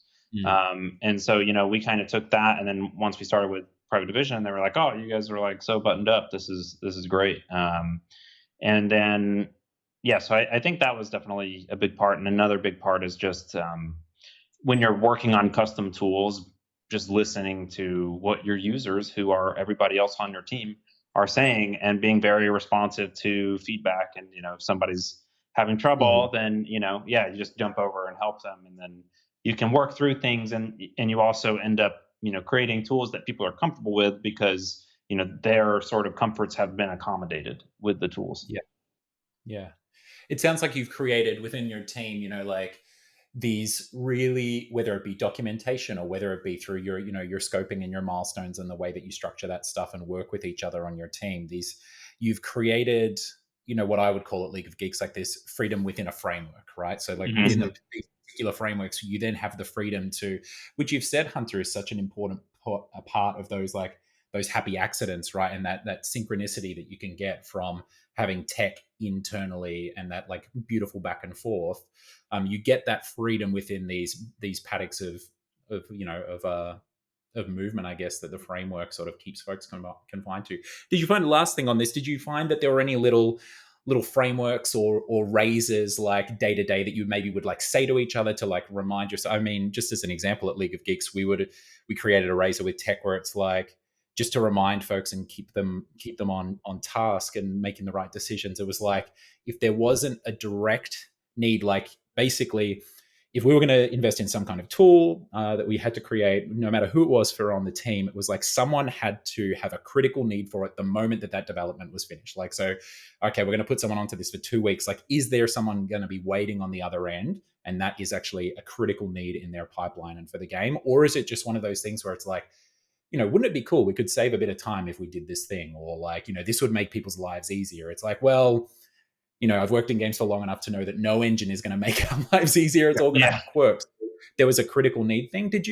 That was just one little example of our races that helped keep us on track. Did you find you had any little like sort of catch calls or, reminders for each other, or affirmations, if you may? I think that we usually do our like 2-week sprints, and then we made sure every time we got to the end of the sprint, especially if something gets bumped to the next one, or if someone's picking up continuing a longer term effort across multiple sprints, we always had a pretty rigorous evaluation whenever we were scoping out our sprints and assigning our tasks, and constantly evaluating the current needs of the team. Because when you're working on custom tech, I mean, everything would have been better to finish last week or 2 weeks ago, and everything's coming in a little bit later than you hoped, because everything takes time and people are jumping around and responding to needs. But I think that it wasn't like we had a specific catchphrase or anything that we said to each other to I'll remember to think about this. But I think it was more like because there were needs and everybody was kind of making sure to communicate their needs, and we were constantly weighing every team's needs against each other, that kind of naturally bubbled up into just the way that we prioritize our tasks. Or if something was there already. Yeah, and I think too there were definitely cases where we said, oh, we want to do XYZ, and then engineers looked at it and were like, well, if we're going to want to do XYZ, then we're going to have to build this tool and this tool, and we're going to have to teach Art how to do this, and we're going to have to figure out how to do this. And then there were definitely plenty of times where we expressed the intent, and then we broke it down, and then we were like, yeah, we're going to need to this is a little Back bit away too from it. much, because Yeah. even if we could have pulled off that thing, there's always Yeah. the trade-off where that's coming at the expense of everything else that you could be spending your time doing. And so, I think that it wasn't just the needs of the team that we're calling out, but also the needs of the game, the needs of the project. And that also kind of goes into the macro structure of the milestones, making sure that your production is kind of at a certain point by multiple phases of the project. And so I think that having that nice confluence of like good macro structure to good kind of like micro evaluation of priorities led itself to for us to be able to like navigate that situation smoothly. Yeah. Great. Also, I guess giving ourselves some padding. I think one thing that that we've learned over time is that it's like it's always good to kind of like leave yourself room for experimentation and for being able to kind of take some of these chances. One thing that I observed throughout production, especially as we kind of continuously kept moving towards the end, was how the engineering team really kind of tried to introduce things into the pipeline as soon as possible so that folks can kind of get hands-on with it, to try it out, to kind of like just test it in general. But kind of one of the key learnings from us was making sure that everything that we did had some kind of wiggle room there to account for either bug testing or whatever was required to make something stable. But it also kind of allowed us to just build in time for kind of trying a couple of different things out, because I think usually in game production there's a need to kind of like keep things as efficient as possible, and sometimes your schedules just become like packed with things. But for us, like having that extra wiggle room, especially towards the beginning, is like a key thing, because you're not going to get a useful tool without your end users actually evaluating it, and you can't evaluate it if you don't build in the time. So we've always made sure that there is sufficient time for some of that to happen, because otherwise, we're not going to get the tools that people will ultimately be happy with, right? You just get tools for the sake of having them and for, fulfilling a milestone. Yeah, and kind of dragging that sort of like almost like tool UX tech debt through development, which I'm sure we've all been in that position before. And the other interesting thing I think we should mention too here for folks, and correct me if I'm wrong, Dave, but you also you're still licensing out Star Engine and Star SDK, right? It's not just in your own team. Is that something that you're working with external studios on, or no? Like if I was a studio, I was like, hell yeah, give me Star Engine. Is it something that you're doing, or? Yeah, it's so we licensed out Retro Engine for Sonic Origins, and that's kind of the most recent instance of a licensing that we've done. It's something where it's like, we've definitely been looking at, what's the opportunity there for licensing out the engine tech. I think for us right now, we're still really small, and I think the one thing is once you go into a licensing direction with your tech, then really a large part of your business has to go into supporting that as a consumer product and providing support and infrastructure of its own, right? There's a lot of infrastructure in scaling that business up. And so while it's something that, we definitely aren't going to take it off the table at this point, but one thing I would say is like we haven't been able to scale as aggressively as we wanted to when we started the business, just because the kind of conditions that we've happened upon, and that's just all about timing. And you don't know about that when you're when ahead of time. You just got to live through life until life happens. And so we've done that one licensing deal, and it's something that we're open to in the future. I think Dave and I have both expressed an attitude of kind of like, you just kind of set yourself in a direction, and then you see what happens, and you set yourself up for serendipity, and you try to make sure that you're prepared if an opportunity comes along. And so I think that's our attitude towards it too, where if somebody looks at Sonic Mania or looks at Penny and is like, oh, I really want to leverage that tech, then sure, hit us up. Let's talk about it. But at the same time, we're not going to be setting up at the GDC Expo floor with Retro Engine, Star Engine booth and trying to hand out pamphlets or anything. So I think for us, making sure that the tools that we're building are always serving the games that our studio is building, and then kind of feeding into that, building institutional knowledge and snowballing our velocity as a team and making sure that we're kind of building that fundamentals first culture. That's really the value of it for us. I love it. It's something that we've always been really focused on at League of Geeks. Well, actually, no, I lie. It's not something we were always focused on. We classically say it was the best and worst year of League of Geeks was 2018. Because we had Armello, it was out there, it was doing well, it was at its peak. And then there's this classic quote that I love, a Greg McKeown quote from the guy who wrote Essentialism, great book. And he says, success begets opportunity and opportunity distracts. And we were like at the height of our success with Armello. So we're like, okay, so we chased down a worldwide toy licensing deal. We put it on Switch, we put it on iOS, we put it on Android.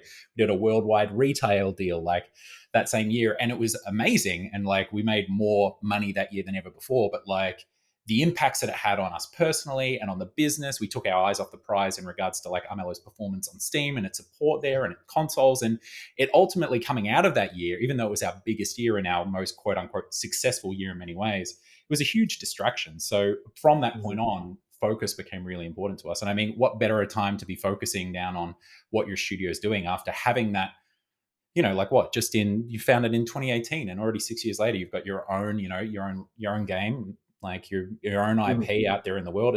I can totally understand, like, as you said, Hunter, just, developing your engine for your own purposes and focusing on sort of what's next. Yeah. Sorry, go for it, Dave. Oh yeah, no. And from the beginning, I think we've always, maintained what our focus was going to be. Like, we're going to be into premium console titles until, the end of days. Like, we were very much about not becoming a mobile studio or a VR studio. Like for us, console first. Yeah. But we also, when we were talking, and I think the first time we had a conversation about a business was at, God rest its soul, E3 2018.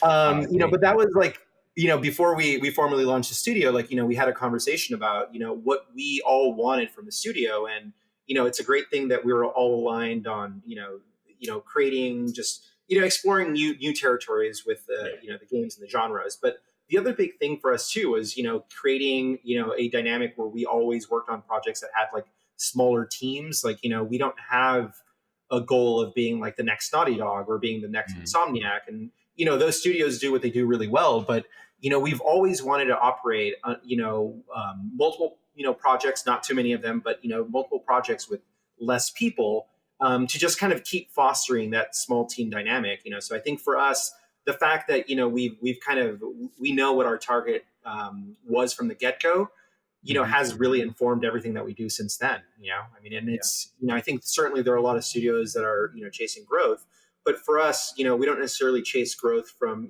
just kind of having, a bigger team size. For us, it just really becomes about the opportunities and the games that we work on. Yeah, well said. And then there's kind of two ways, and my business partner, Blake, put this, in a great fashion back in, it would have been like 2021 or something. We were talking about it.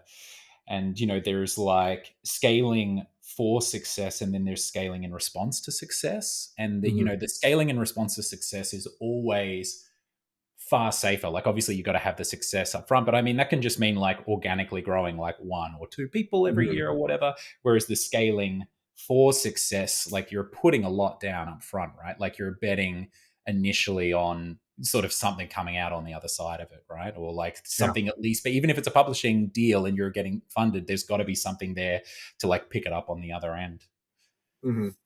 All right, I'm really keen to get onto Penny's Big Breakaway for the end of this. So we're like right there. We're at Penny's doorstep. So like, Hunter, tell me, like, how did this all come ahead? What was the seed of Penny's Big Breakaway? And as I said earlier, when we kicked off the podcast, it just like the nostalgia washed over me, even like through the sound effects to like the way that the menus were laid out and everything. It's very clear, like just. I'd be amazed if it wasn't your goal to like, really bring back some of the nostalgia from like these classic 3D platformers, but it's there. Like, tell me about the seed. How did it kick off? Yeah, well, you may be amazed to hear that nostalgia was not necessarily the goal. I am amazed to hear it. It's incredible. I think that nostalgia kind of like it sort of happened as a result of some of the vocabulary that we employed, but we didn't set out to make like a throwback retro platformer. We we got to kind of end of 2020-ish. And by that time, the engine was kind of, ready for prime time, we felt like. Yeah. And there was still some work to do, but it was at the point where we were like, okay, we can actually take the plunge on a full scale production here. And so we started thinking up, okay, what could we put together to pitch? And, what's something that would be attractive for publishers or other buyers at that point in time. And at that point, we had already been in COVID lockdown for half a year. And, everybody was adjusting to this new world of being locked in your house for however long. And then, we started brainstorming as a team, and it really, by that time, I think we had 8 people, and it wasn't like one person had, oh, this is the dream game for the studio and we're just going to make this. It was very much like we got everybody together and we started having daily brainstorming sessions. Like, okay, what are some of your favorite games? What are some of your favorite characters? What do you look for in game characters that you like? And we knew that we wanted to, make a game with strong character design as a major pillar. And then we also knew that we had to make something that had a common thread with Sonic Mania, because that was really the work that put our team on the map. But the thing is like, we wanted to make an original IP from the get-go. And we also wanted to make a 3D game. And so, I would say that an original 3D platformer is quite a different foray than a licensed 2D platformer. And so we didn't have the benefit of a game character that already has 3 decades of beloved fans all over the world. We're starting from scratch, but we still have to keep that common thread. And so we started brainstorming, and there was, I would say, the seed of the idea was the yo-yo itself, and just the idea of the yo-yo as a game object, something that you can do different abilities with. And it's not the first time that a yo-yo has been in a game. There's yo-yo in Kirby, for example. He has a yo-yo power.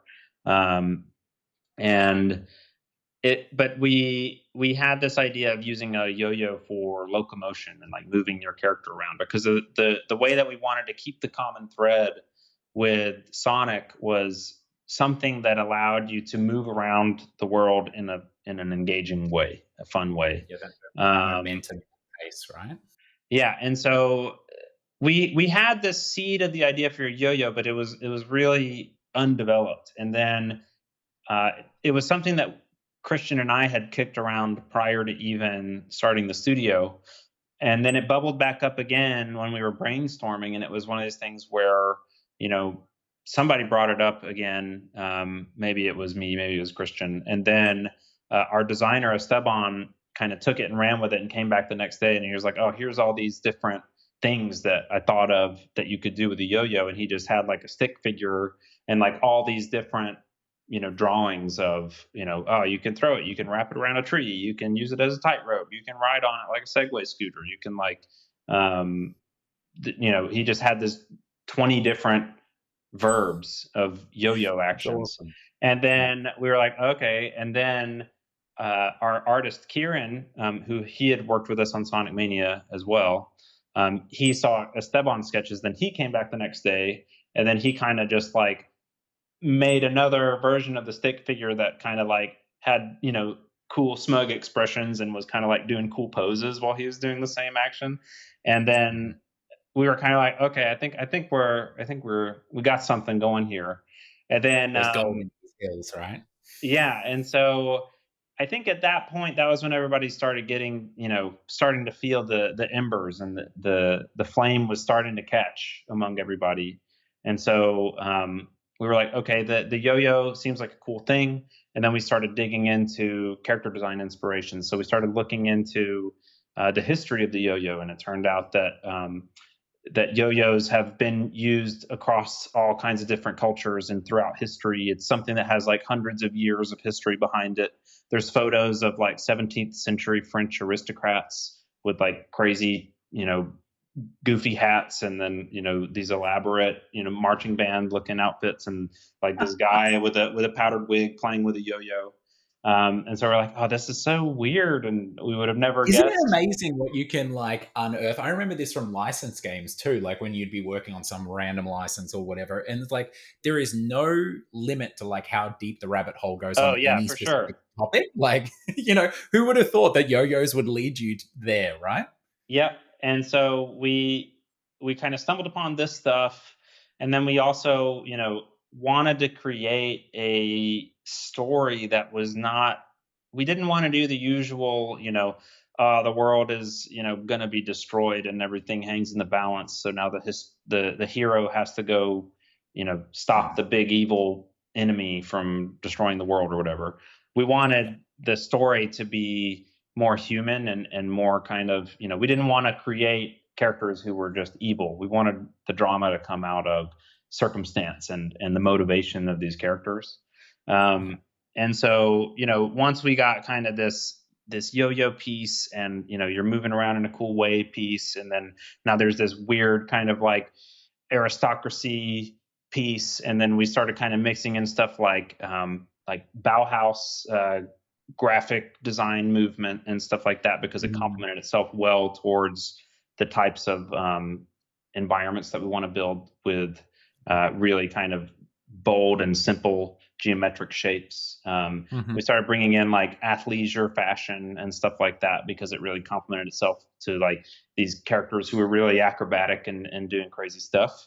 And so I think that, once we got the yo-yo piece and started bouncing it off, and then started digging in, it was pretty natural from there. And so we were able to turn that into, the game concept that became Penny's Big Breakaway.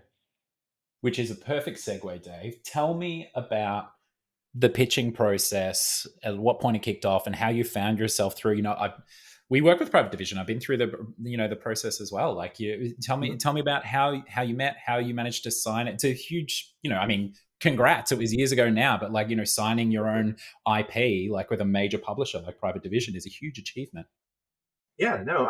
Well, I think taking a step back, one thing that's helpful to kind of like mention, because this is something that I get asked about by folks, who are thinking, especially right now, like, how do you get a project signed? Please help. Yeah, how do you find a publisher? But we, so when we announced Evening Star back in 2019, we were actually hit up by a few talent agencies. So the video game industry, I don't know, for folks who, may not be familiar with the concept, but there are agents who kind of like work with developers to basically make those connections with publishers, with VCs, with folks with money. Yeah, right. And, just to be clear for folks here, we're not talking about like recruitment talent, people finding jobs. Like Dave's specifically talking about like an agent would work with, say, like a film producer to, get something signed, or like a screenwriter. And so there are agents, and some of them are from the same places, right? Like CAA and UTA and all of those places, where they're always 3-letter acronyms, of course, right? Yeah, of course.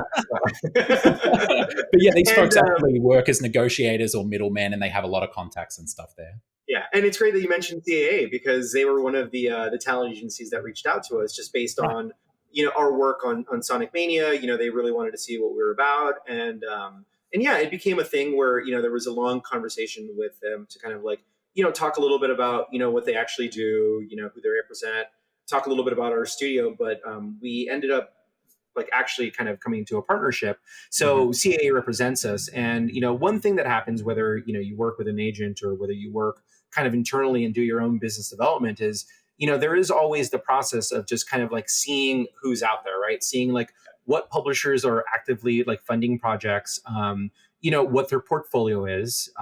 So we were able to work with them, and we have a fantastic agent that we worked with, Allison Slider, who did really good job of just kind of talking us through like, all right, here's everybody that you could potentially talk to.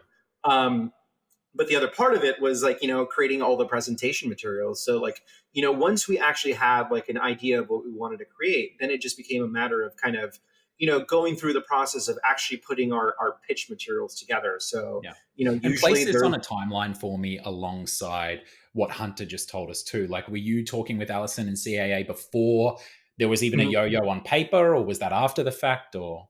Yeah, I mean, beforehand, just because, I think it's always great to kind of, talk about what's going on with the studio. Like, they had full visibility on everything that was going on. Yep. So, they were aware that we were starting to look into, original projects, that we were looking to find a publisher for it at some point.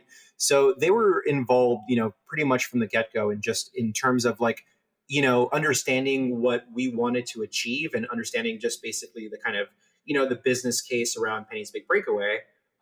So they were there from the very beginning. But I think what was especially helpful for us at that time was having somebody who had gone through a lot of the pitch process themselves, and really understood, like, a publisher is going to be looking for a pitch deck, right? A deck that kind of outlines your game concept, that goes into some detail about, like, your core design or visual pillars, talks about comps, so like comparable titles, and just basically creates a creative and business case for anybody for signing the project. Of course, there was the work on our end for creating concepts, for really kind of like talking through and drilling deep into like what the game is going to be about.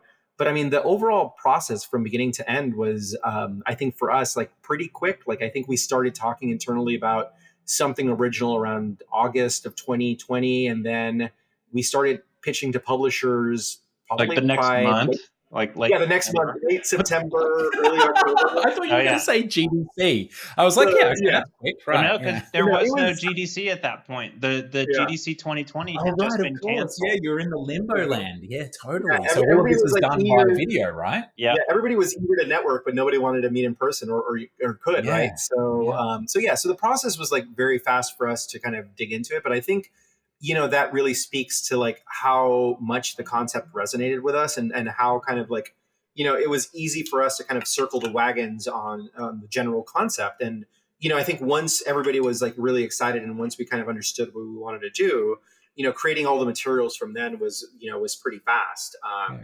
And I mean, we started talking to publishers late September, early October. And from then it was a, lightning process of just kind of, having all of these pitch meetings, and it was a combination of all of the co-founders, just basically, taking that pitch deck, splitting it into all the relevant pieces, so that I spoke about production, so that Hunter spoke about, the kind of the creative, so that Tom talked about like the art. And, we all kind of, imprinted our own kind of like, fashion of speaking into the presentation deck. And I think, our ability to like really work together in kind of crafting that vision from start to finish about our game only helped to, to sell the concept. And I mean, we were fortunately able to, like to lock something down pretty quickly. But I think that spoke to the fact that, we came pretty prepared, but we were also very, from day one, very aware of like what Penny's Big Breakaway was going to be. I mean, I think, taking a look at the concept or the pitch deck now, like the title that we pitched then, and, title that we released just recently, like it's very, it's very close. I mean, there were some things, of course, that we had to throw away, but like the core concept is there and has been there from day one. That's great. Amazing. So let's actually talk a little bit, Hunter. And, I'm kind of going bird's eye here. I'm keen to hear, as opposed to, drilling down into every little bit of Pennies and everything like that. But coming out the other end, like as we've just heard from Dave, you've got this concept that like sounds like it came together very organically at the start, and then at the end, what you actually ship is very close to what the result of all of that brainstorming and the concepting and everything was. What were the big successes in the project's development that you think led to that, or just even some big wins? And what were some of the more significant challenges that you encountered through Pennies, Hunter? Oh man, this is a whole day's worth of discussion on its own. Let me I'm going to keep you on the quick notes here. I think that one of the biggest successes that we got out of it was the sense that you can follow through on what your original intent was, and that you don't have to like. I think it's like it gave everybody the confidence to stick with their guns, as it were. Yeah. And so, right. I think that's something that has always been really important to me, where, you come up with something, and especially in games, like you're trying to come up with stuff that's crazy. You're kind of trying to come up with stuff that's new that nobody's done before. And there's always this tension of like, well, if nobody's ever done it before, we don't know how people are going to receive it. We don't know how, how it's going to go over. We don't know if it's going to work when we put it all together. And I think there's a tendency to want to copy what everybody else has done. And it's easy to say what everybody else has done, but then, I don't know how many hundreds of thousands of games have been created since the games industry was, originally born. But it's like you can't copy everything, and everybody's, the audience's tastes are constantly shifting as you move through time, and the audience's tastes are shifting as you move through your development schedule on your production as well. And so, there's a tendency where people want to kind of recreate past successes to give them a sense of security in their own decisions. And I think that there is also a hesitance to really go out on a limb, and especially if you're making the decision early on to go out on a limb, it's so easy to get a quarter of the way through, halfway through, and be like, oh, I don't have confidence in this anymore. I don't want to stick this out. Maybe we should just do something a little bit more normal so we can all feel like it works. And so I think Pennies is like, even just the verbs in Penny's Big Breakaway, like it does, although it is reminiscent of a lot of 3D, platformers, it does play and feel different. Like there are a number of things that I can relate to immediately when you say like the team, like, took a bet on themselves and, tried things that are new. And I mean, like we started the podcast with Dave talking about Mario, right? Like platformers have been like there right since the very start. There's decades of design conventions here.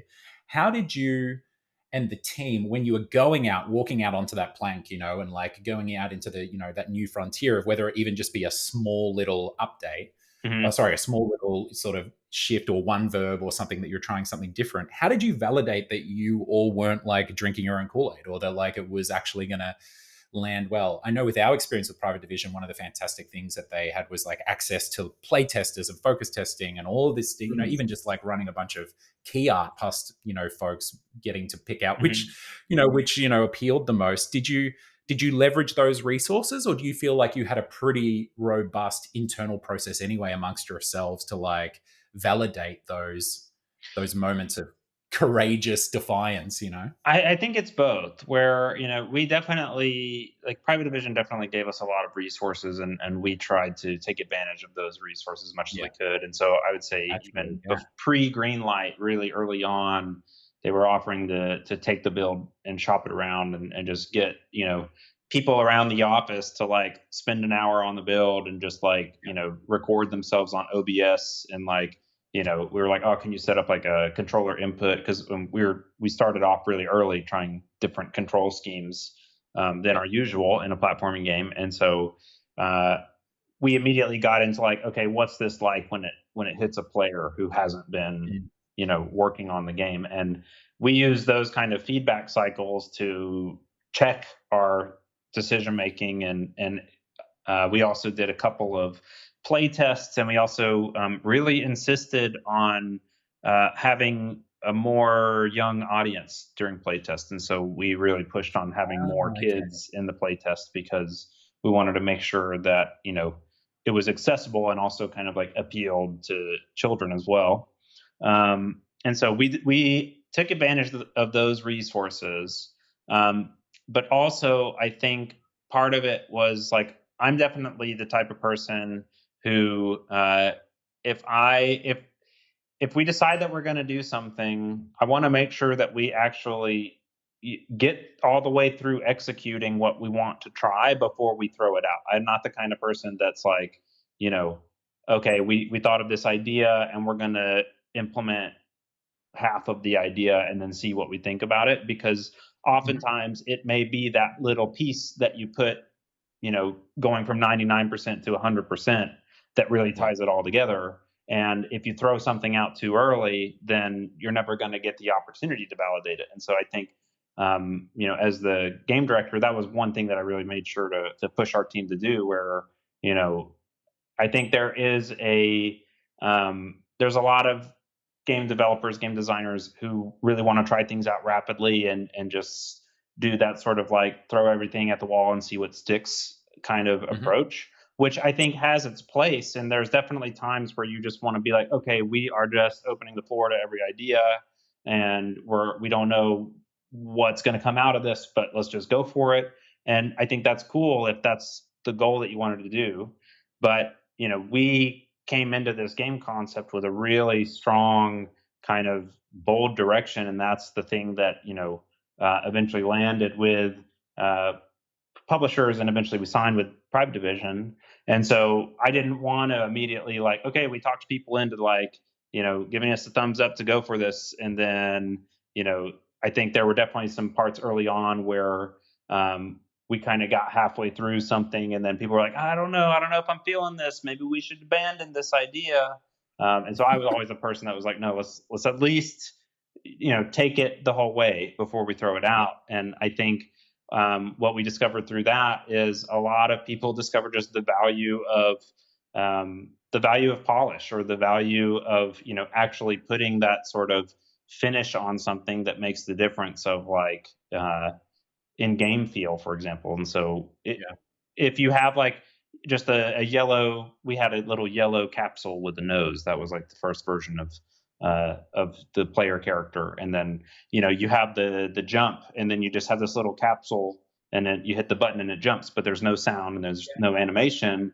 And then I think some people would be like, oh, I don't like how this jump feels, but then you just put the rig on there, and then you have the rig do a little Yahoo jump animation, and then you put a sound on there, like, oh, now it feels good. And it's like, it's the same physics, the object is moving the same way, but it's that level of finish and that level of executing the idea to 100% that really like gets it over to a player. And so I think that just maintaining that virtue was really important.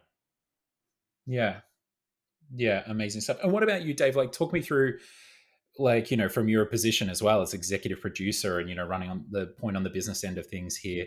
What were the big challenges that you felt you overcome, or maybe somewhere you had to actually just like succeed defeat? I think some of the challenges really, well, I mean, I think the thing to kind of like that I'd like to highlight is just the kind of like the people thing, because like Hunter mentioned earlier, we had our biggest growth in 2021 when we started ramping up into full production.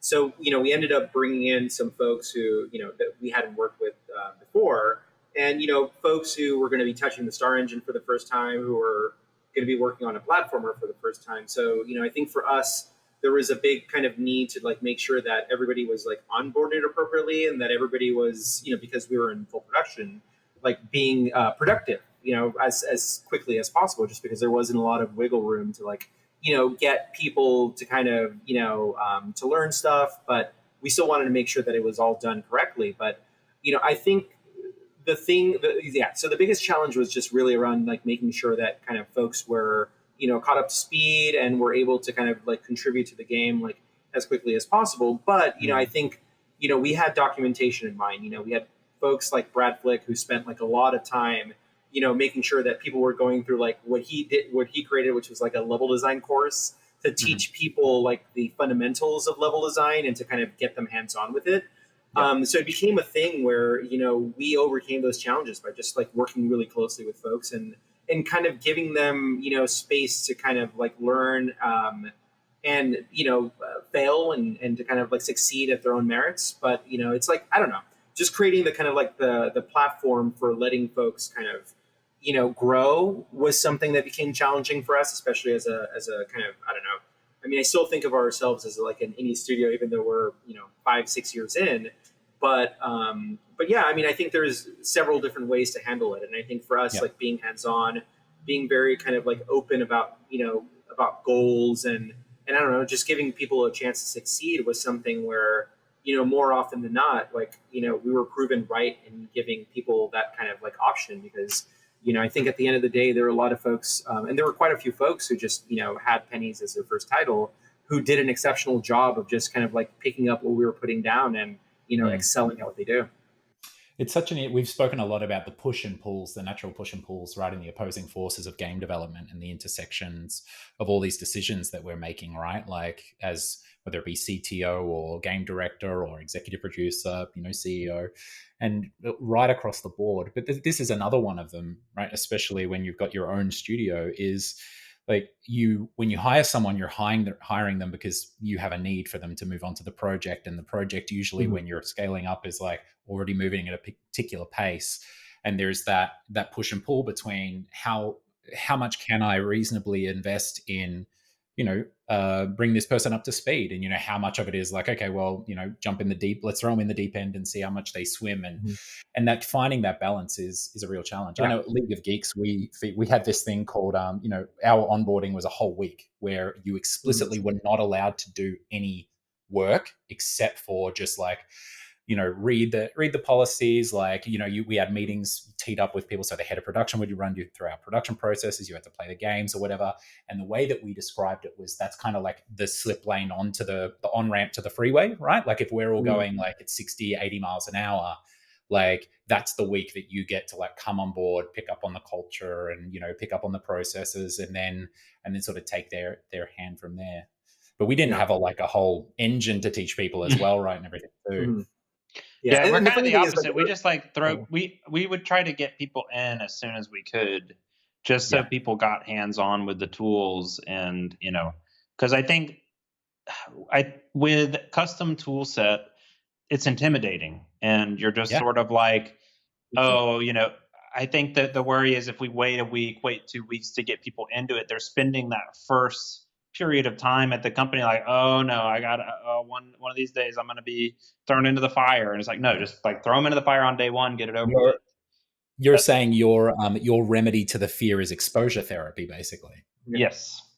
And then, but we also spend a good bit of time during those first, I would say the first 3 months, we really kind of like don't anticipate people to be at full velocity for a good bit of time when they first start. And we make sure that people feel comfortable with, getting up to speed. And also it just a combination of, letting people not have the full heat on them from day one, but at the same time, letting people have the latitude to just get hands on and try things out, so they don't feel like they're going to have to take the plunge at some certain point. They're just kind of like, warming up until they're fully heated, I guess. I don't know.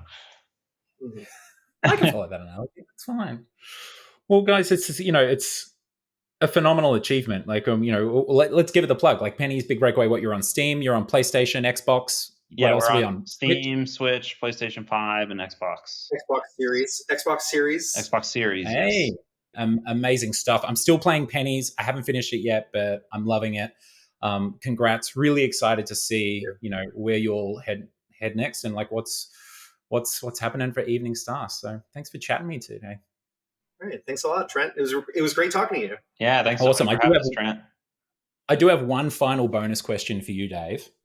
Why is it that so many producers are theater kids, do you reckon? Ooh. Man, why are so many theater kids producers? I don't know. I think there's...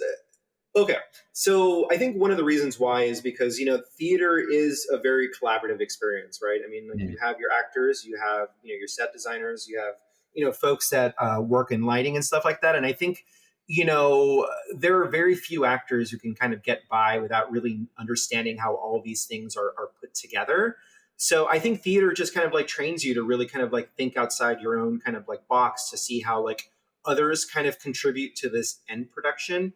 Some folks find it really exciting. Some don't. I always found that part of it exciting. Like I was one of the kids who liked staying behind, like after, things wrapped up to like, put the wardrobe away, to like, close up the concession stop, or even at the very beginning of just helping out with lighting and helping to move stuff around. And, I think fortunately it just kind of, wove back into like my, my story afterwards when, game production allowed me the same opportunity to do something similar.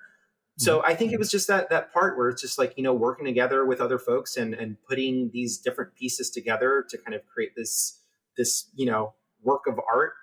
I call games works of art, but yeah, I agree. All of that stuff just allowed you to kind of like do the same thing. So, I mean, it's a team effort at the end of the day. I love it. What a place to end the podcast. Thank you, gentlemen. Best of luck. Have a wonderful day. All right. Thanks Likewise. so much, Trent. All right. Cheers. Take care.